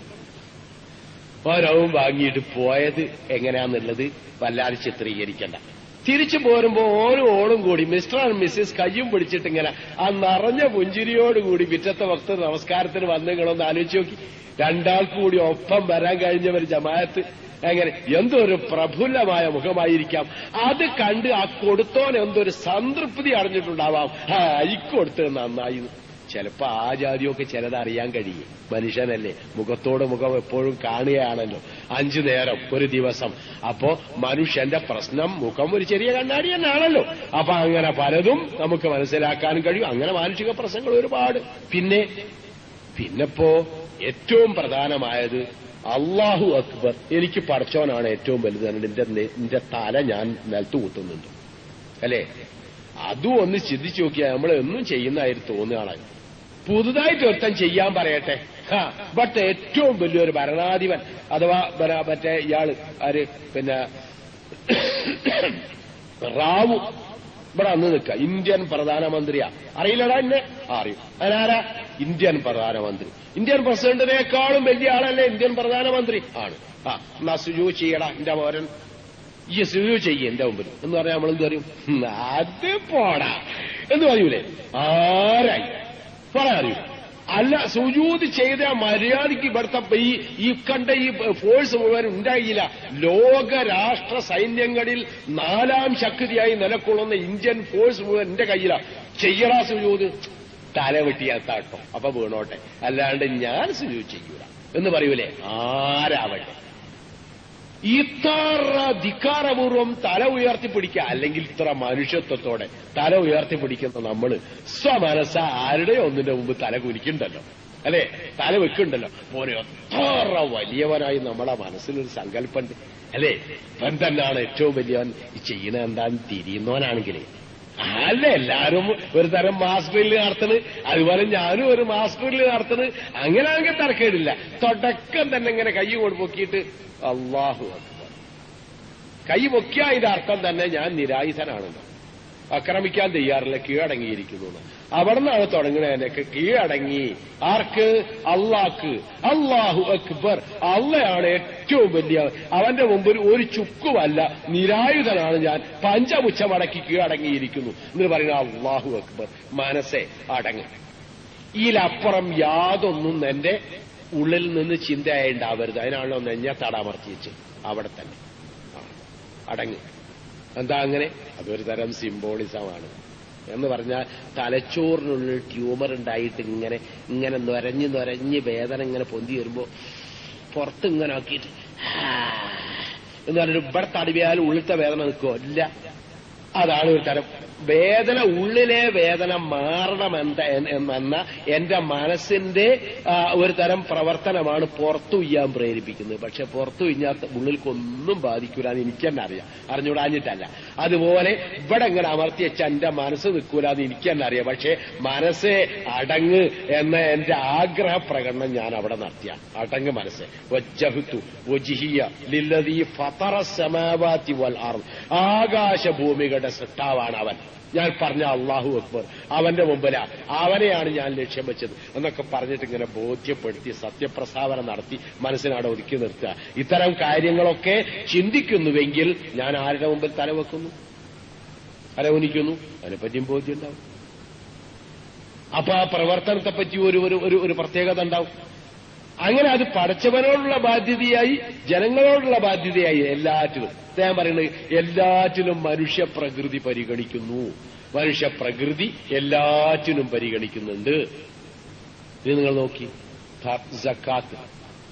സക്കാത്ത് അനാലിസ് ചെയ്ത് പഠിച്ചിട്ടുണ്ടോ നിങ്ങൾ? ഇല്ലെങ്കിൽ വളരെയൊന്നും കൂടുതൽ സംശയം ചോദിക്കരുത്. ഒരു ചെറിയ വിശദീകരണം. ലോകത്ത് ഇന്ത്യയിലെ ഒരു സാമ്പത്തികമായി ഈ 995-96 വർഷത്തിൽ സാമ്പത്തികമായി എന്ത് ബെനിഫിറ്റ് ഉണ്ടായോ ആ ബെനിഫിറ്റിന്റെ 10% മാറ്റിവെക്കുക. എത്ര കോടി ഉറുപ്പിക? കമ്പ്യൂട്ടറൈസ് ചെയ്തോളൂ. ഈ കാലഘട്ടത്തിൽ കഴിയല്ലോ അല്ലെ? ഇന്ത്യയിൽ ആകെ എല്ലാവർക്കും കൂടി ഉണ്ടായ ടോട്ടൽ ബെനിഫിറ്റ്, എന്തിൽ ഇൻവെസ്റ്റ് ചെയ്തതിലുണ്ടായ ബെനിഫിറ്റ് മാത്രം എടുക്കുക. എന്നിട്ട് അതിന്റെ 10%, അതാണല്ലോ സക്കാത്തിന്റെ തത്വം, അങ്ങനെ എടുത്ത് വെച്ചാൽ എത്ര ഉണ്ടാവും? എനിക്കൊരു സംശയം. ഒരു 10 പഞ്ചവത്സര പദ്ധതികൾ ഒന്നിച്ച് നടത്താനുള്ള സംഖ്യ ഒറ്റ കൊല്ലം കൊണ്ടുണ്ടാവുന്നു. എന്റെ ഒരു തെറ്റിദ്ധാരണയാണെന്ന് വെച്ചോളി. നിങ്ങൾ കമ്പ്യൂട്ടറൈസ് ചെയ്താണ്. ടാറ്റ, ബർല, ഗോയങ്കെ, കോത്താരി, GD നായിഡു, മഫത്ലാൽ, ലാൽബായ്, കിർലോസ്കർ, മഹീന്ദ്ര, അങ്ങനെ തുടങ്ങിക്കൊണ്ട് എണിക്കോളി. അങ്ങനെ കോത്താരി ഇങ്ങനെ കൊണ്ട് പോന്നിട്ട് അവസാനം മേട്ടൂർ, അങ്ങനെ ജിഫ്രി, പിന്നെ വരെ ഉണ്ണീരിക്കുട്ടി വരെയുള്ള ആൾക്കാരോട് എണിക്കോളി. അങ്ങനെ എണ്ണീട്ട് അവരതൊക്കെ ആകെ കൂടി ബെനിഫിറ്റ് കെട്ടെടുക്കുക. എന്താണോ അവര് നേട്ടമായി കിട്ടിയത്, വരുമാനമായി കിട്ടിയത് മാത്രം നോക്കുക. അത് കൃഷിയാവട്ടെ, തൊഴിലാവട്ടെ, വേറെ എന്താവട്ടെ, ബെനിഫിറ്റ് മാത്രം കെട്ടെടുത്താൽ അതിന്റെ 10% സക്കാത്ത് എത്ര ഉണ്ടാവും? 10-15 പദ്ധതിക്കേ ഉണ്ടാവുള്ളൂ. അതിൽ ലേശം കൂടുതൽ ഉണ്ടാവും എന്റെ അഭിപ്രായം. കണക്കൂട്ടിക്കാളെ ഇങ്ങനെ കിട്ടാന്ന്. കാരണം ഇക്കാലഘട്ടത്തിൽ കണക്കൂട്ടാൻ വലിയ ബുദ്ധിമുട്ടില്ലല്ലോ. ആ സംഖ്യയാണ് സക്കാത്ത്. ഇസ്ലാമിലെ സക്കാത്ത് അത്രയും സംഖ്യയാണ്. അതിവിടെ ഇൻവെസ്റ്റ് ചെയ്ത് കൊടുക്കണം എന്നാ പാവപ്പെട്ടവന്. ഇൻവെസ്റ്റ് ചെയ്ത് കൊടുക്കണം എന്ന് പറഞ്ഞാൽ പാവപ്പെട്ടവന് അരിയായും ചോറായും കൊടുക്കുകയല്ല. ചോറ് കിട്ടാനുള്ള ഒരു ഉന്തുവണ്ടിയായോ, ഒരു സൈക്കിളായോ, ഒരു സൈക്കിൾ റിക്ഷയായോ, ഒരു മോട്ടോർ റിക്ഷയായോ, ഒരു പശുവായോ, അല്ലെങ്കിൽ ഒരു ഉന്തുവണ്ടിയും 2 കാന് പാലുമായോ കൊണ്ട് നടന്നു പറ്റുമെന്നറിയാം. അല്ലെങ്കിൽ ഒരു സൈക്കിളും അങ്ങനെ എന്തെങ്കിലും അങ്ങനെ ഇൻവെസ്റ്റ് ചെയ്ത് കൊടുക്കണം. എന്നിട്ട് ഓൻ അയിമന്ന് എന്നും അത്യാവശ്യം അരിക്കെങ്കിലും മുതലുണ്ടാവണം. ഉപ്പാരോടെങ്കിലും കട ചോദിച്ചാൽ തന്നെ കിട്ടുമല്ലോ. അങ്ങനെ കഞ്ഞി കുടിച്ചോട്ടെ, എന്നാലും പട്ടിണി എടുക്കണ്ടല്ലോ. അതിനുള്ള മാർഗം ഉണ്ടാക്കി കൊടുക്കലാണ് സക്കാത്തോട് ഉദ്ദേശിക്കുന്നത്, ഇൻവെസ്റ്റ് ചെയ്യാൻ. എന്നാൽ കണക്ക് കൂട്ടിട്ടാണ് മനുഷ്യന്റെ പ്രകൃതി കണക്കിലെടുത്ത് പറഞ്ഞുതരാം. അങ്ങനെ ഒരു 10 ആൾക്ക് കൊടുത്തു നിൽക്കുക, എത്ര % അത് നിലനിർത്തി വളർന്നു വരും? ഒരു 4 ആള് സാധാരണഗതിയിൽ വളർന്നു വരും. ചില പരിസ്ഥിതിയിൽ 5 ആളും വളർന്നു വരും. 5 ആള് വീണ്ടും തൊലിയോ. അവസാനം സൈക്കിളും വിറ്റ്, വയ്യനെയും വിറ്റ്, അങ്ങനെ തൊലിയും അങ്ങനെണ്ടാവും. അപ്പൊ ഒരു 5 ആളെങ്കിലും വളർന്നു വരും. ശരി, അങ്ങനെ 5 ആള് വളരട്ടെ. ഓരോ കൊല്ലവും 5 ആള് വളരട്ടെ, 5% അല്ല 50% വളരട്ടെ, 50% ഓരോ കൊല്ലവും വളരട്ടെ. എന്നാ ഓനെ പിന്നെ നോക്കേണ്ടതില്ലല്ലോ. ശരി, കഴിച്ച് 50% ബാക്കിയുണ്ടല്ലോ. ആയിട്ടുകൾ ഇതൊക്കെ കിട്ടിയെങ്കിലും അവസാനം ഇപ്പൊ പട്ടിണി എടുക്കുന്നുണ്ടാവും, അറ്റുത്തിണ്ടാവും. ഓനെ പിന്നെ എന്താ മാർഗം, പരിഹാര മാർഗം? അതെ, സക്കാത്തിന്റെ പൈസ അങ്ങനെ കൊടുക്കൂല. ഇപ്പത്തെ പരിഹാര മാർഗത്തിന് വേണ്ടി സക്കാത്തിന്റെ സംഖ്യ കൊടുക്കേണ്ടത് താത്വികമായ കൊടുക്കാൻ പാടും. താത്വികമായി പ്രായോഗികമായി തന്നെ വ്യത്യാസം എന്താ? പുഴയിൽക്കാട്ട് ഇറങ്ങുമ്പോ തോണിയാക്കി ഒറ്റ വെള്ളത്തിലും അവനിങ്ങനെ മുങ്ങിപ്പൊങ്ങി കളിക്കണം. അപ്പൊ നീണ്ടാൻ കഴിയുന്ന നിങ്ങളൊക്കെ തോണിയോ പിടിച്ചു കയറി. അപ്പോ ഓൻ മുങ്ങണടോ, ഓനോട് പിടിച്ചിട്ട്. അപ്പൊ ഒരുത്തൻ വന്ന് താത്വിക ആചാര്യം പറഞ്ഞു അങ്ങനെ പിടിച്ചിട്ടിട്ട് കാര്യമല്ല. കാരണം ഓൻ നമ്മളുടെ അടുത്തുനിന്ന് മാത്രമല്ലല്ലോ വെള്ളത്തിൽ മുങ്ങുക, ഓൻ വേറെ ഇടമോ വെള്ളത്തിൽ മുങ്ങൂലേ. അപ്പൊ മുങ്ങുമ്പോ രക്ഷപ്പെടാൻ നല്ല മാർഗം എന്താ? നല്ല മാർഗം ഓൻ നീന്തി പഠിക്കണം. അതുകൊണ്ട് നമ്മളിപ്പോ അങ്ങനെ ഓൻ നീന്തി പഠിക്കട്ടെ എന്ന് പറഞ്ഞാൽ തൽക്കാലം രക്ഷപ്പെടൂല. അപ്പൊ പ്രായോഗിക മാർഗം എന്താ? ഇപ്പൊ പിടിച്ച് തോണിയിൽ കിടുക, എന്നിട്ട് കർമ്മ കൊണ്ടുവന്ന് പഠിക്കലാന്ന് എന്തോ എന്ന് പറഞ്ഞിട്ട് ഓനെ നിർബന്ധിക്കുക. ഇതേ പറ്റുള്ളൂ അല്ലേ? അപ്പൊ താത്വികമായി വേണ്ടത് അങ്ങനെ തന്നെ. അത് ശരി, നമ്മൾ അംഗീകരിച്ചിരിക്കുന്നു. കാരണം നമ്മളുള്ളടത്ത്, നമ്മൾ നീന്താൻ പഠിച്ചവരുള്ളിടത്ത് മാത്രമൊന്നല്ലല്ലോ വെള്ളത്തിൽ ചാടി പോവുക. അപ്പോ അങ്ങനെ തന്നെ അത് വേണ്ടത്. ഈ താത്വികമായ വശമാണ് സക്കാത്തിനുള്ളത്. ആ താത്വികമായി തന്നെ അത് ചെയ്യാൻ പാടുള്ളൂ. എന്നാ പിന്നെ പ്രായോഗികമായി ഇങ്ങനെ ചില തൽക്കാലം പിടിച്ച് കരക്കിടേണ്ടി വരൂലേ? രണ്ടിവരും. അതിന് ഇസ്ലാം പറഞ്ഞ ഒരു തത്വം കഴിച്ചിട്ടുണ്ടോ? ലൈസൽ ബിർറ അൻ തുവല്ലു വുജൂഹക്കും ഖിബലൽ മശ്രിഖി വൽ മഗ്രിബ് എന്ന ആയത്തില് മുഴുവൻ ഞാൻ ഓതുന്നില്ല. വആതൽ മാല അലാ ഹുബ്ബിഹി ദവിൽ ഖുർബാ വൽ യതാമാ വൽ മസാകീൻ വബനസ് സബീൽ വസ്സായിലീൻ വഫിർ റിഖാബ് എന്നിങ്ങനെ പറഞ്ഞിട്ട് പിന്നെ വഅഖാമ സ്വലാത്ത വആതസ് സകാത്ത. എന്തേ പറഞ്ഞത്? ആതൽ മാല അലാ ഹുബ്ബിഹി, പണത്തോട് അത്യാർത്തിയും അത്യാവശ്യവും ഉള്ളപ്പോൾ തന്നെ അവൻ ഫക്കീറിനും മിസ്കീനും കടബാധിതനും മറ്റോനും മറിച്ചവനും ഒക്കെ കൊടുക്കണം. എന്താ പറഞ്ഞത്? പണത്തോട് അത്യാർത്തിയും അത്യാവശ്യവും ഉള്ളപ്പോൾ പാവപ്പെട്ടവനും കഷ്ടപ്പെട്ടവനും കടബാധിതനും വിഷമിക്കുന്നവനും ഒക്കെ കൊടുക്കണം. പിന്നെ നിസ്കാരം കൃത്യമായി നിർവഹിക്കുകയും സക്കാത്ത് കൊടുക്കുകയും വേണം. പിന്നെന്താ അത് എളുപ്പത്തിൽ തീർത്ത് കളഞ്ഞല്ലോ. ഏത്? പണത്തോട് ആർത്തിയുള്ളപ്പോൾ ഫക്കീറിന് കൊടുക്കണം, മിസ്കീനിന് കൊടുക്കണം, കഷ്ടപ്പെട്ടവന് കൊടുക്കണം, മറ്റവന് കൊടുക്കണം, പിന്നെ നിസ്കരിക്കുകയും വേണം, സക്കാത്ത് കൊടുക്കുകയും വേണം. അത് എളുപ്പത്തിലേക്ക് പറഞ്ഞു തീർത്ത് കളഞ്ഞില്ലേ? അതെന്തേ പറഞ്ഞത് പിന്നെ സക്കാത്ത് കൊടുക്കുകയും വേണമെന്ന്? അപ്പൊ മുമ്പ് കൊടുക്കാൻ പറഞ്ഞത് എന്താ? അങ്ങനെ ഒരായത്തിൽ 2 തരം സാമ്പത്തിക കടപ്പാടുകളെ പറ്റി പറയുന്നു. ഒന്ന് ആത്തൽ മാല അലാ ഹുബ്ബിഹി എന്നാ പറഞ്ഞിരിക്കുന്നു. എന്ത്? പണത്തിന് ആവശ്യമുള്ളപ്പോൾ, അത്യാവശ്യമുള്ളപ്പോഴും അത്യാഗ്രഹമുള്ളപ്പോഴും കൊടുത്തിരിക്കണം. അത് എല്ലാവർക്കും കൊടുക്കണം. അതിലൂടെ മനസ്സിലാകണത് എന്താ? അതിൽ കൊടുക്കേണ്ട ആൾക്കാരെ എണ്ണി പറഞ്ഞു. ആ ആൾക്കാരൊക്കെ നാട്ടിലുണ്ടാവുമ്പോ പണത്തിന് അത്യാവശ്യമുള്ളവനും ആവശ്യമുള്ളവനും ഒക്കെ കൊടുക്കണം. ഞാൻ ഒരു 100 റുപ്യ നിത്യം ചെലവഴിക്കുന്നവനാണെങ്കിൽ 90 റുപ്യ ചെലവഴിക്കാം. അതിനാൽ ചിലപ്പോൾ 2 മീൻ കുറക്കേണ്ടി വരും, 4 പപ്പടം കുറക്കേണ്ടി വരും. ആ ഒക്കെ കുറച്ചുകൊണ്ട് ചെലവഴിച്ചിട്ട് 10 റുപ്യയുടെ മിച്ചം വെക്കുക. എന്നിട്ട് അത് റേഷൻ വാങ്ങാത്തവന് കൊടുക്കുക. മറ്റവൻ 50 റുപ്യ ചെലവഴിക്കുന്നവനാണെങ്കിൽ ഓൻ 5 റുപ്യയിൽ നിന്ന് കുറക്കുക. അതിന്മേൽ എന്ത് വേണ്ടി കുറക്കേണ്ടി വന്നാലും അത് കുറച്ചിട്ട് 45 റുപ്യക്ക് ചെലവഴിച്ചിട്ട് 5 റുപ്യ മാറ്റി വെക്കുക. അത് റേഷൻ വാങ്ങാത്തവന് കൊടുക്കാനുള്ളതാണ്. അങ്ങനെ കൊടുക്കണമെന്നാ. അതിലാര് എങ്ങനെയെന്നുള്ള കണക്കില്ല. കൊടുക്കാൻ കഴിയുന്നവനൊക്കെ കൊടുക്കണം. ആവശ്യക്കാരെ പരിഗണിക്കണം. ആവശ്യക്കാർ എത്ര ഉണ്ടോ എങ്കിൽ അവർക്ക് വേണ്ടി എല്ലാം ഇവരുണ്ടാക്കിക്കൊള്ളണം. ഉണ്ടാക്കിയേ പറ്റും. അതാ പറഞ്ഞിരിക്കുന്നത്. മറ്റേ അത് സക്കാത്താൻ അങ്ങനല്ല. അത് ആവശ്യക്കാരന് ഉണ്ടെങ്കിലും ഇല്ലെങ്കിലും കൊണ്ടുപോകും. സാമ്പത്തികമായി എനിക്കൊരവസ്ഥ വന്നാൽ, ഒരു പരിധിയിൽ അപ്പുറം എനിക്ക് വരുമാനം ഉണ്ടായാൽ അതിന്റെ 10%, ബെനിഫിറ്റിന്റെ 10% ഞാനവിടെ മാറ്റി വെച്ചോളണം. അത് വാങ്ങാൻ ആളില്ലെങ്കിലോ അവിടെ വെച്ചോളൂ, ഫണ്ടാക്കിക്കോളൂ. അവിടെ കൊടുക്കണമെന്ന് അവിടെ മാറ്റി വെക്കണം. സക്കാത്ത ഇപ്പൊ ആവശ്യമില്ലെങ്കിൽ ഇപ്പൊ കൊടുക്കണ്ട. അയൽനാട്ടിൽ അവിടെ ഉണ്ട്, അവിടെ കൊടുക്കുക. അല്ലെ അവിടെ ഒന്നും ആവശ്യമില്ല, ഇവിടെ നോട്ടെ ഫണ്ടായിട്ടാണ് ശേഖരിച്ചോളി. 5-10 കൊല്ലമൊക്കെ അവിടെ ശേഖരിച്ചോളൂ. അങ്ങനെയാണ് സക്കാത്ത് കൊടുക്കാൻ തന്നെ. അപ്പൊ 2 തരം അവസ്ഥ കണ്ടോ നിങ്ങള്?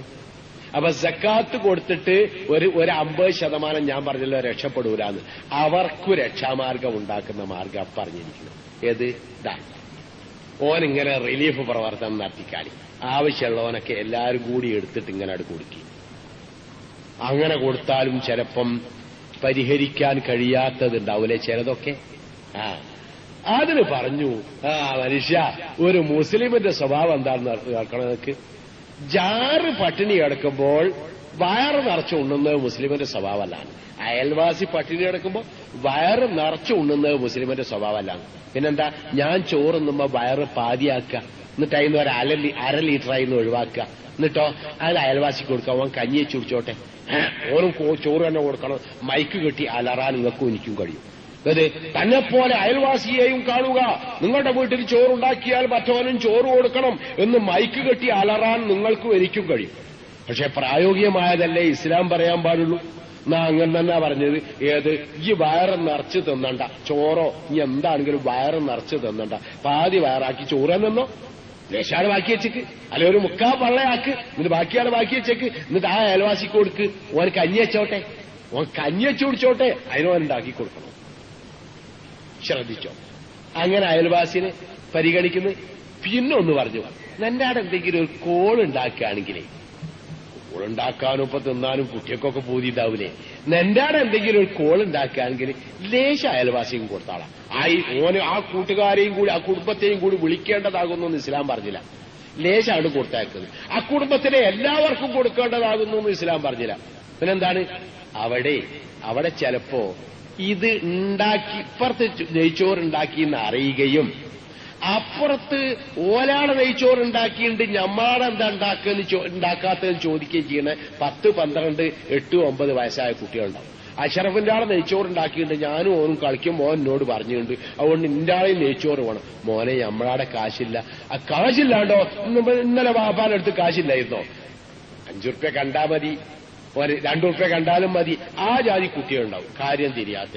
ഓൽക്ക് ലക്ഷം നെയ്ച്ചോറ് കൊടുക്കാൻ നിർവാഹമുള്ളൂ, അല്ലാണ്ട് വേറൊന്നും പറഞ്ഞിട്ട് കാര്യമല്ല. അതിനെന്തെങ്കിലും പുറത്തുനാട്ട് കൊടുത്താക്കണം എന്നാ പറഞ്ഞു. മറ്റവർക്കോ കാര്യം തിരിയും, ആ തിരിയണോന് ചോറ് വേണ്ടാന്ന് പ്രശ്നവുമില്ല, ഓരങ്ങനെ ശീലിച്ചോളൂ. എന്നാ ഈ ജാതിക്ക് ലേശം കൊടുത്തയക്കണം. അങ്ങനെ പിന്നെയും അവിടെ നിന്നും നിന്നില്ല. പൊരേല് എന്തെങ്കിലും ഒരു പുതിയ വിഭവം ഉണ്ടാക്കിയാലേ ഉണ്ടാക്കിയ ആൾക്ക് ഒരു കഷ്ണം എടുത്തു കൊടുക്കണം. അവിടെ പോലും പരിഗണിച്ചു കണ്ടോ നിങ്ങൾ? ഏത് നിങ്ങളെ വീട്ടു ജോലിക്കാരൻ നിങ്ങൾക്കൊരു പുതിയ വസ്തു, അല്ലെങ്കിൽ ഒരു ജോലിക്കാരി വേലക്കാരി ഒരു പുതിയ വിഭവം നിങ്ങൾക്ക് വീട്ടുകാരൻ ഉണ്ടാക്കി തന്ന ഓളൊരു കഷ്ണം അവിടെ മുറിച്ചെടുത്തിട്ട് കൊടുത്താക്കൂല. കാരണം അത് വേലക്കാരിയും വീട്ടുകാരനും തമ്മിലുള്ള ബന്ധത്തിന്റെ പ്രായോഗികതയല്ല, അത് പ്രകൃതി രൂപമല്ല. മറിച്ച് നിങ്ങൾ അങ്ങോട്ട് കൊടുക്കാൻ നിങ്ങൾക്ക് കഴിയും, നിങ്ങളൊരു കഷ്ണം മുറിച്ച് അങ്ങോട്ട് കൊടുക്കാൻ കഴിയും, അതാണ് പ്രകൃതി രൂപം. അതുകൊണ്ട് നിങ്ങളാണ് മുറിച്ച് കൊടുക്കണം തന്നെ പറഞ്ഞു. ഇത് സ്വന്തം ഭാര്യ ഉണ്ടാക്കി തന്നാൽ പോലും കൊടുക്കാൻ തയ്യാറില്ലാത്തവരാ നമ്മൾ നിന്ന് വേറൊരു വശം. ഏത് റസൂലുള്ളാഹിന്റെ പരിഗണന അങ്ങനെ. എന്നാ അതിലൊരു കഷ്ണം മുറിച്ചിട്ട് അവിടെ തന്നെ കൊടുക്കണം. കാരണം ഇതിന്റെ മണം മുഴുവനും ആസ്വദിച്ച് വായിൽ കപ്പലോട്ടാൻ മാത്രം വെള്ളമായിട്ട് മാത്രം നിൽക്കുക, നിങ്ങളിത് മുഴുവൻ തിന്നുക, അത് ഇസ്ലാമിൽ ശരിയല്ലാന്ന്, ഏതൊരു മനുഷ്യത്വമല്ലാന്ന്. അതുവരെ പരിഗണിച്ച് നമുക്ക് പ്രായോഗിക ചിന്ത ഇങ്ങനെ സക്കാത്തെന്ന് പോന്നിട്ട് എവിടെ എത്തിയിട്ട് നോക്കിങ്ങൾ ഈ അറ്റം വരെ കൃത്യമായിട്ടാണ് പരിഗണിച്ചോളൂ.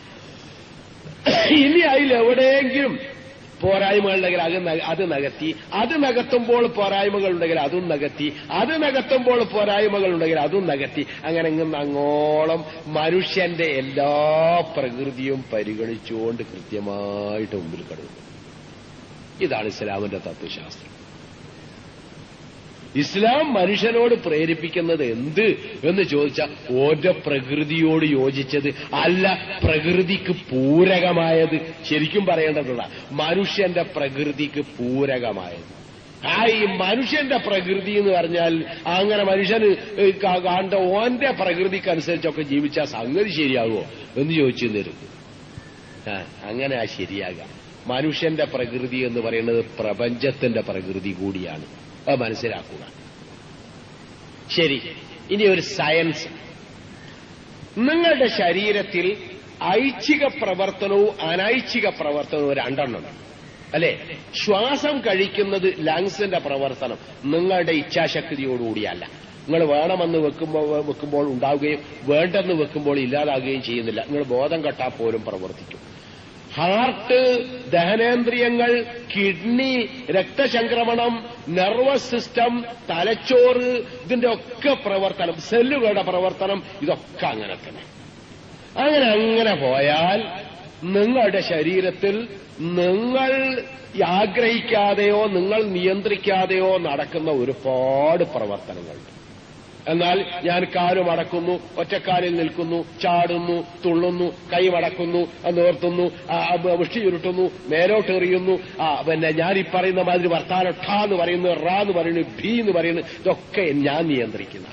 അല്ലെ? എന്റെ ഇഷ്ടത്തിനാണ്. ഞാൻ ചിരിക്കുന്നു, ഞാൻ ഗൗരവത്തിൽ നിൽക്കുന്നു, ഞാൻ കരയുന്നു, ഇതൊക്കെ എന്റെ ഇഷ്ടമാണ്, ഞാൻ നിയന്ത്രിക്കുന്ന.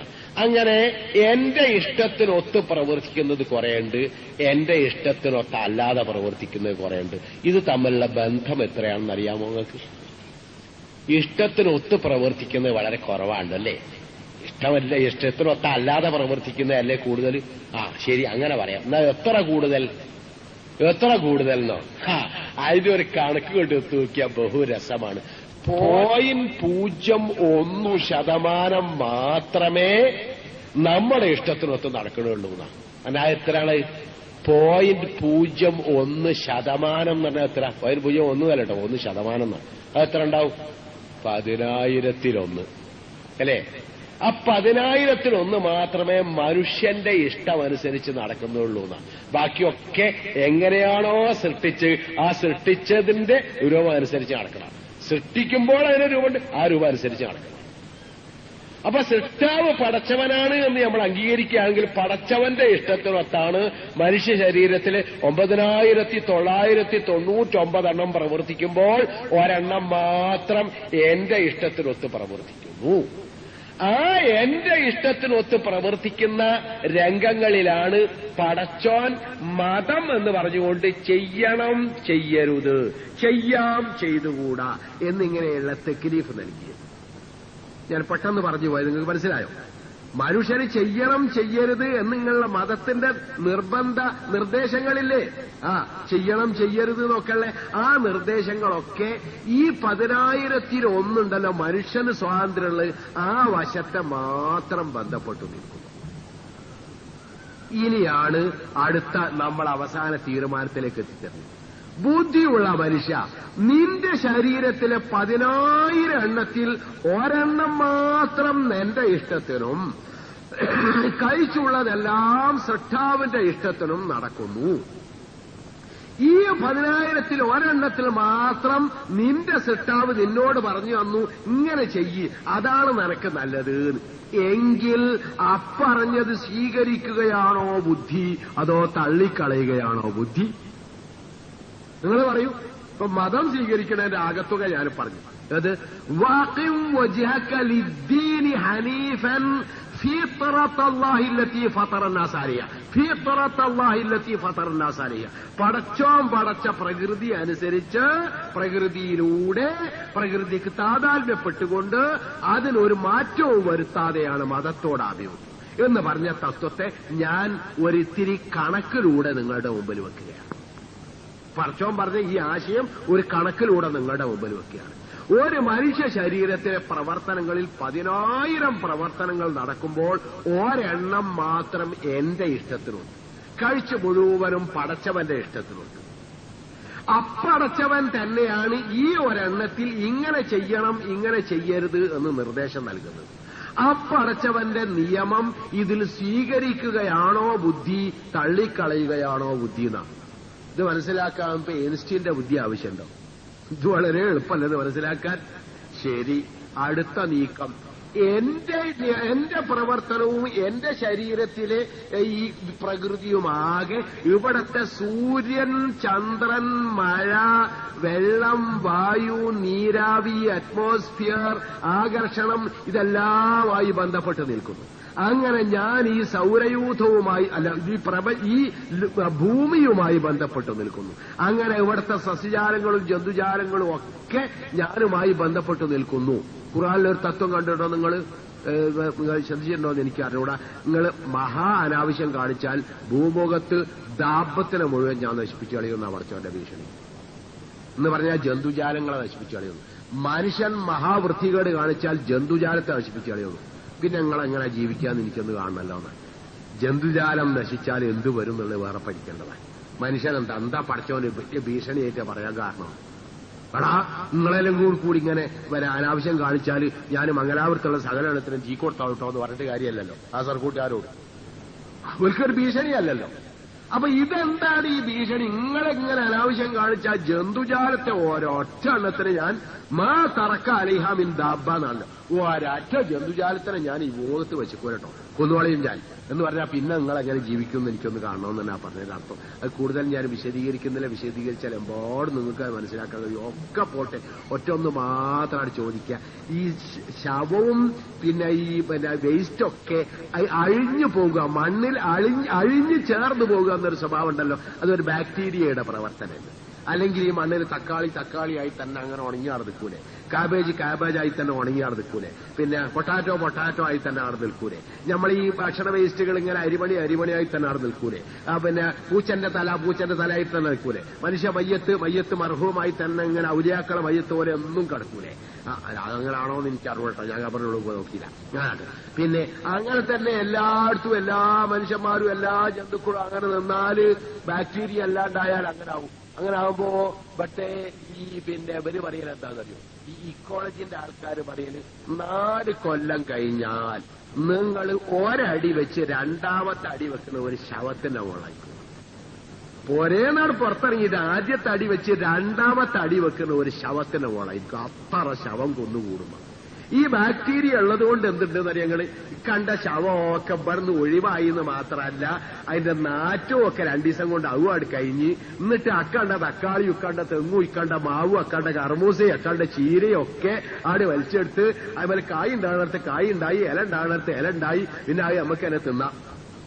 അതതിന്റെ പ്രത്യേകത. അങ്ങനെ കുറെ കാലം ഞാൻ തിന്ന് ഉച്ചിഷ്ടം ആട് പുറത്ത് തള്ളിക്കൊടുത്ത് അത് നോക്കി ചെടികൾ വലിച്ചെടുത്ത് അത് കായ് ഉണ്ടായി, അതും ഞാൻ തന്നെ തിന്ന് അവസാനം ഞാൻ ചത്ത ആളോടെ കുഴിച്ചിട്ടൊക്കെ അത് വലിച്ചെടുത്തിട്ട് കായ് ഉണ്ടായിക്കോളും എന്റെ മോനെ തിന്ന്. അങ്ങനെ പോകുന്നു. അത് കണ്ടിന്യൂസ് ആയ ഒരു തലമുറകളിലൂടെ അങ്ങനെ ഒരു ചെയിനായി കൈമാറിപ്പോകുന്നു. ഈ ബാക്ടീരിയന്റെ ഗുണം പറഞ്ഞോക്കെ അതാണ് നശിച്ചാൽ എന്തുണ്ടാവും? ആ ബാക്ടീരിയ മാത്രമാണ് നശിച്ചാൽ ഈ ഭൂമുഖത്ത് എന്തുണ്ടാവും? അതൊന്ന് പഠിച്ചാൽ എന്തുണ്ടാവും ചിന്തിക്കാൻ പോലും നിങ്ങൾക്ക് കഴിയാത്ത അത്ര വലിയൊരു അത്ഭുത കണ്ടുപിടുത്തമായിരിക്കും ബാക്ടീരിയ നശിച്ചാൽ എന്നതിന് ഉത്തരം കണ്ടെത്തിയ. പിന്നെ ഈ ലോകത്തെ ജന്തുജാലം മുഴുവൻ നശിച്ചാൽ എന്നുള്ളത് ഞാൻ പറയേണ്ടതില്ലല്ലോ. അപ്പൊ ഞാൻ പറഞ്ഞു എന്താണെന്നറിയാം, ഇതൊക്കെ മനുഷ്യനുമായി ബന്ധപ്പെട്ടു നിൽക്കുന്നു. അപ്പം മനുഷ്യന്റെ പ്രകൃതി ഇവയെല്ലാമായി ബന്ധപ്പെട്ട് നിൽക്കുന്നു, മറ്റ് സസ്യജാലവുമായി ബന്ധപ്പെട്ട് നിൽക്കുന്നു. അങ്ങനെ ഈ ഭൂമി ഈ ബ്രഹ്മാണ്ഡവുമായി ബന്ധപ്പെട്ട് നിൽക്കുന്നു. ഈ ബ്രഹ്മാണ്ഡം ഇവിടുത്തെ സോളാർ സിസ്റ്റവുമായി ബന്ധപ്പെട്ട് നിൽക്കുന്നു. അവയെല്ലാം അവസാനം യൂണിവേഴ്സിനോട് ബന്ധപ്പെട്ട് നിൽക്കുന്നു. അങ്ങനെ നോക്കുമ്പോൾ ഈ യൂണിവേഴ്സിന്റെ, ഈ ഗാലക്സിയുടെ, ഈ സോളാർ സിസ്റ്റത്തിന്റെ, ഈ പിന്നെ ഭൂമിയുടെ, അങ്ങനെ എല്ലാറ്റിന്റെയും പ്രകൃതി, അങ്ങനെ അവസാനം എന്റെ പ്രകൃതി അനുസരിച്ച് നീങ്ങുന്ന 10,000-ങ്ങളിൽ ഒന്നൊഴിച്ച് ബാക്കിയുള്ളതൊക്കെ ആ ഒന്നിന് മാത്രം ഇപ്രകൃതിയൊക്കെ നിയന്ത്രിക്കുന്ന, പ്രപഞ്ചത്തിന്റെ പ്രകൃതി മുതൽ എന്റെ പ്രകൃതി വരെ നിയന്ത്രിക്കുന്ന ഒരു പടച്ചോൻ, ഒരു സൃഷ്ടാവ് എന്നോട് പറഞ്ഞു. ആ ഒരൊറ്റ 10,000-ൽ 1 കാര്യത്തിൽ എന്നോട് പറഞ്ഞു, മോനെ ഇങ്ങനെ ചെയ്താളാ, അതാണ് എനിക്ക് നല്ലത്. ഞാനത് സ്വീകരിക്കുകയാണ് ബുദ്ധിയെന്ന് മനസ്സിലാക്കാൻ അത്ര വലിയ പണിയൊന്നുമില്ല. കഴിഞ്ഞു. വാഖിം വജ്ഹക ലിദ്ദീനി ഹനീഫൻ ഫിത്രത്തല്ലാഹി അല്ലത്തി ഫതറന്നാസ അലൈഹ. എന്നിട്ടും മനുഷ്യർ ഇക്കാര്യം മനസ്സിലാക്കില്ലല്ലോ എന്ന് ആലോചിച്ച് നോക്കിയവർ. വലകിൻ അക്സറന്നാസി ലാ യഅലമൂൻ. ഇതാണ് ഖുർആന്റെ പാത. നിങ്ങൾക്ക് ഇഷ്ടപ്പെട്ട ഒരു വിശദീകരണമായിട്ടില്ല, അതെനിക്കറിയാം. പക്ഷേ ഞാൻ ഖുർആനിന്റെ പാത എന്ന് പറഞ്ഞിട്ട് ഇവിടെ എല്ലാവരും ഖുർആന്റെ പാത പിന്നെ വിശദീകരിച്ച് കാണിക്കാറില്ല. സിറാത്തുൽ മുസ്തഖീമും മറ്റും മറിച്ചും ഒക്കെ അല്ല, ഇന്ന ഹാദൽ ഖുർആന യഹ്ദീ ലില്ലത്തി ഹിയ അഖ്വം എല്ലാവരും വരച്ച് കാണിക്കാറുണ്ട്. പക്ഷെ അപ്പാത എനിക്ക് വരച്ച് കാണിക്കാനില്ല. ഞാൻ അതും പറയുന്നത് യഹ്ദീ ലില്ലത്തി ഹിയ അഖ്വം. അഖ്വം എന്ന് പറഞ്ഞ ബാലൻസ്ഡ് വൺ. അഖ്വം ഖവീം അഖ്വം എന്ന് പറഞ്ഞ ബാലൻസ്ഡ് വൺ, കൃത്യമായി സമന്വയിച്ച് നിൽക്കുന്ന അഥവാ സമ്യക്കായി നിൽക്കുന്ന ഒരു പ്രപഞ്ചത്തിന്റെ സംവിധാനം. അപ്പൊ ഇന്ന ഹാദൽ ഖുർആന യഹ്ദീ ലില്ലത്തി ഹിയ അഖ്വം എന്ന് പറഞ്ഞാൽ ഖുർആൻ തെളിയിക്കുന്ന പാത ഏതാണെന്നറിയാമോ? പ്രപഞ്ചത്തിന്റെ ആകെ ബാലൻസ് കാത്തുരക്ഷിക്കുന്ന, ഈ പാതയാകുന്നു.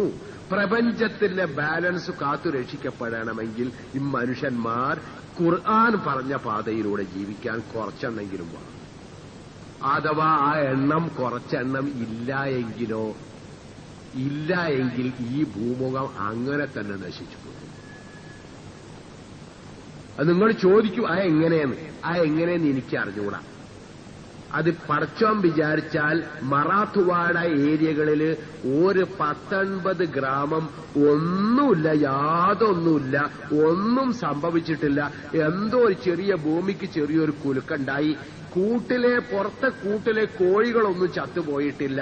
പുറത്ത് ആലയിൽ കെട്ടിയിരിക്കുന്ന പശുക്കൾക്കൊന്നും ഒന്നും സംഭവിച്ചിട്ടില്ല. തൊട്ടടുത്ത ചെടിയുടെ മുകളിൽ താമസിക്കുന്ന കോഴിക്ക് പോലും ഒരു ചുക്കും ഏറ്റിട്ടില്ല. ഒരു ജന്തുവിനും ഒന്നും പറ്റിയിട്ടില്ല. പക്ഷെ ഗ്രാമം അങ്ങനെ തന്നെ ആ മനുഷ്യന്മാരോടുകൂടി, ലക്ഷക്കണക്കിന് മനുഷ്യരോടുകൂടി അങ്ങ് ചത്തൊടിക്കും. എന്തേ സംഭവിച്ചത്?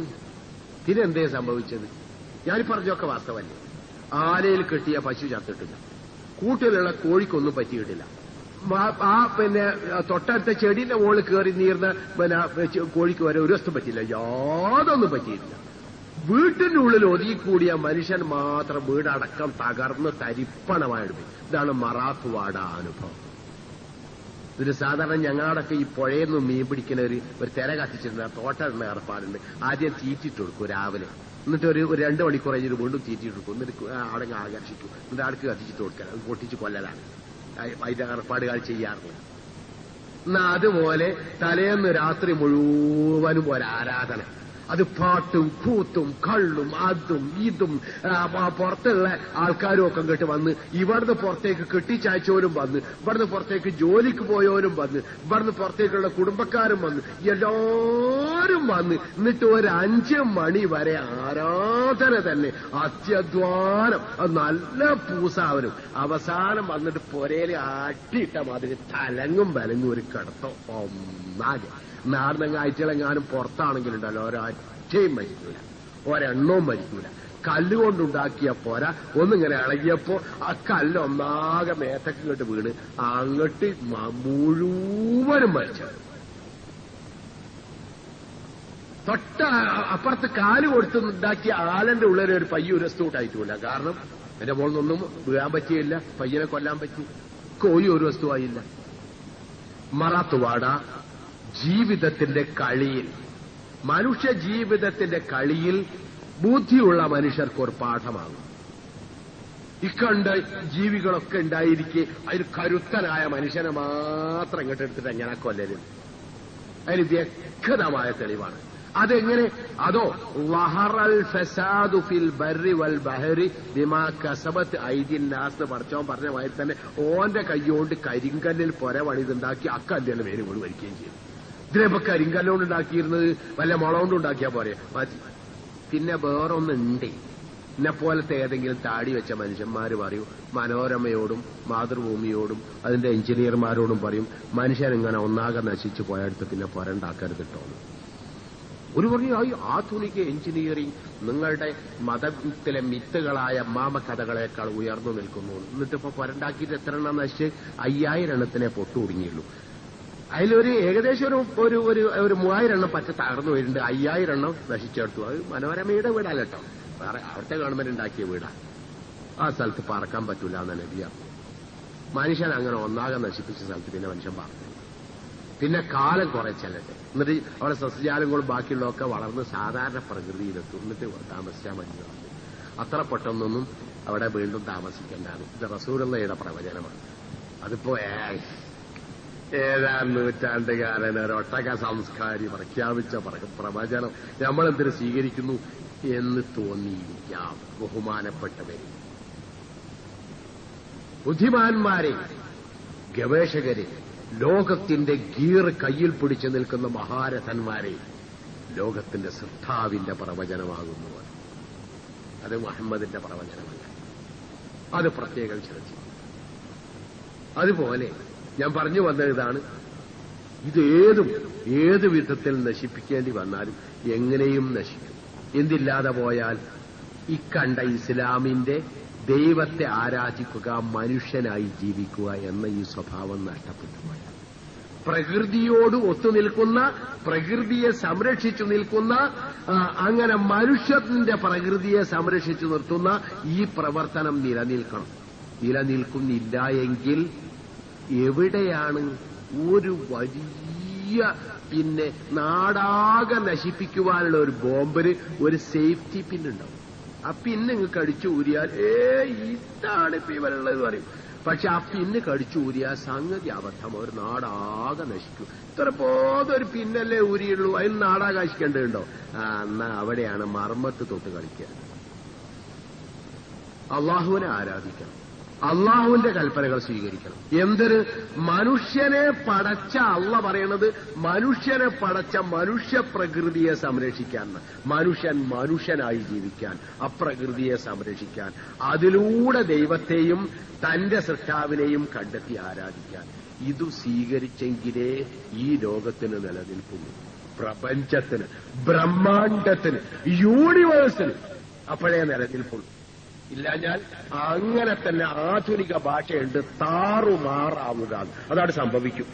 താറ് എന്ന് പറഞ്ഞാൽ അങ്ങനെ ഇങ്ങോട്ട് കൊടുക്കണേനാ, മാറ് എന്ന് പറയുന്നത് ഇങ്ങോട്ട് ഇടേനാ പറയും.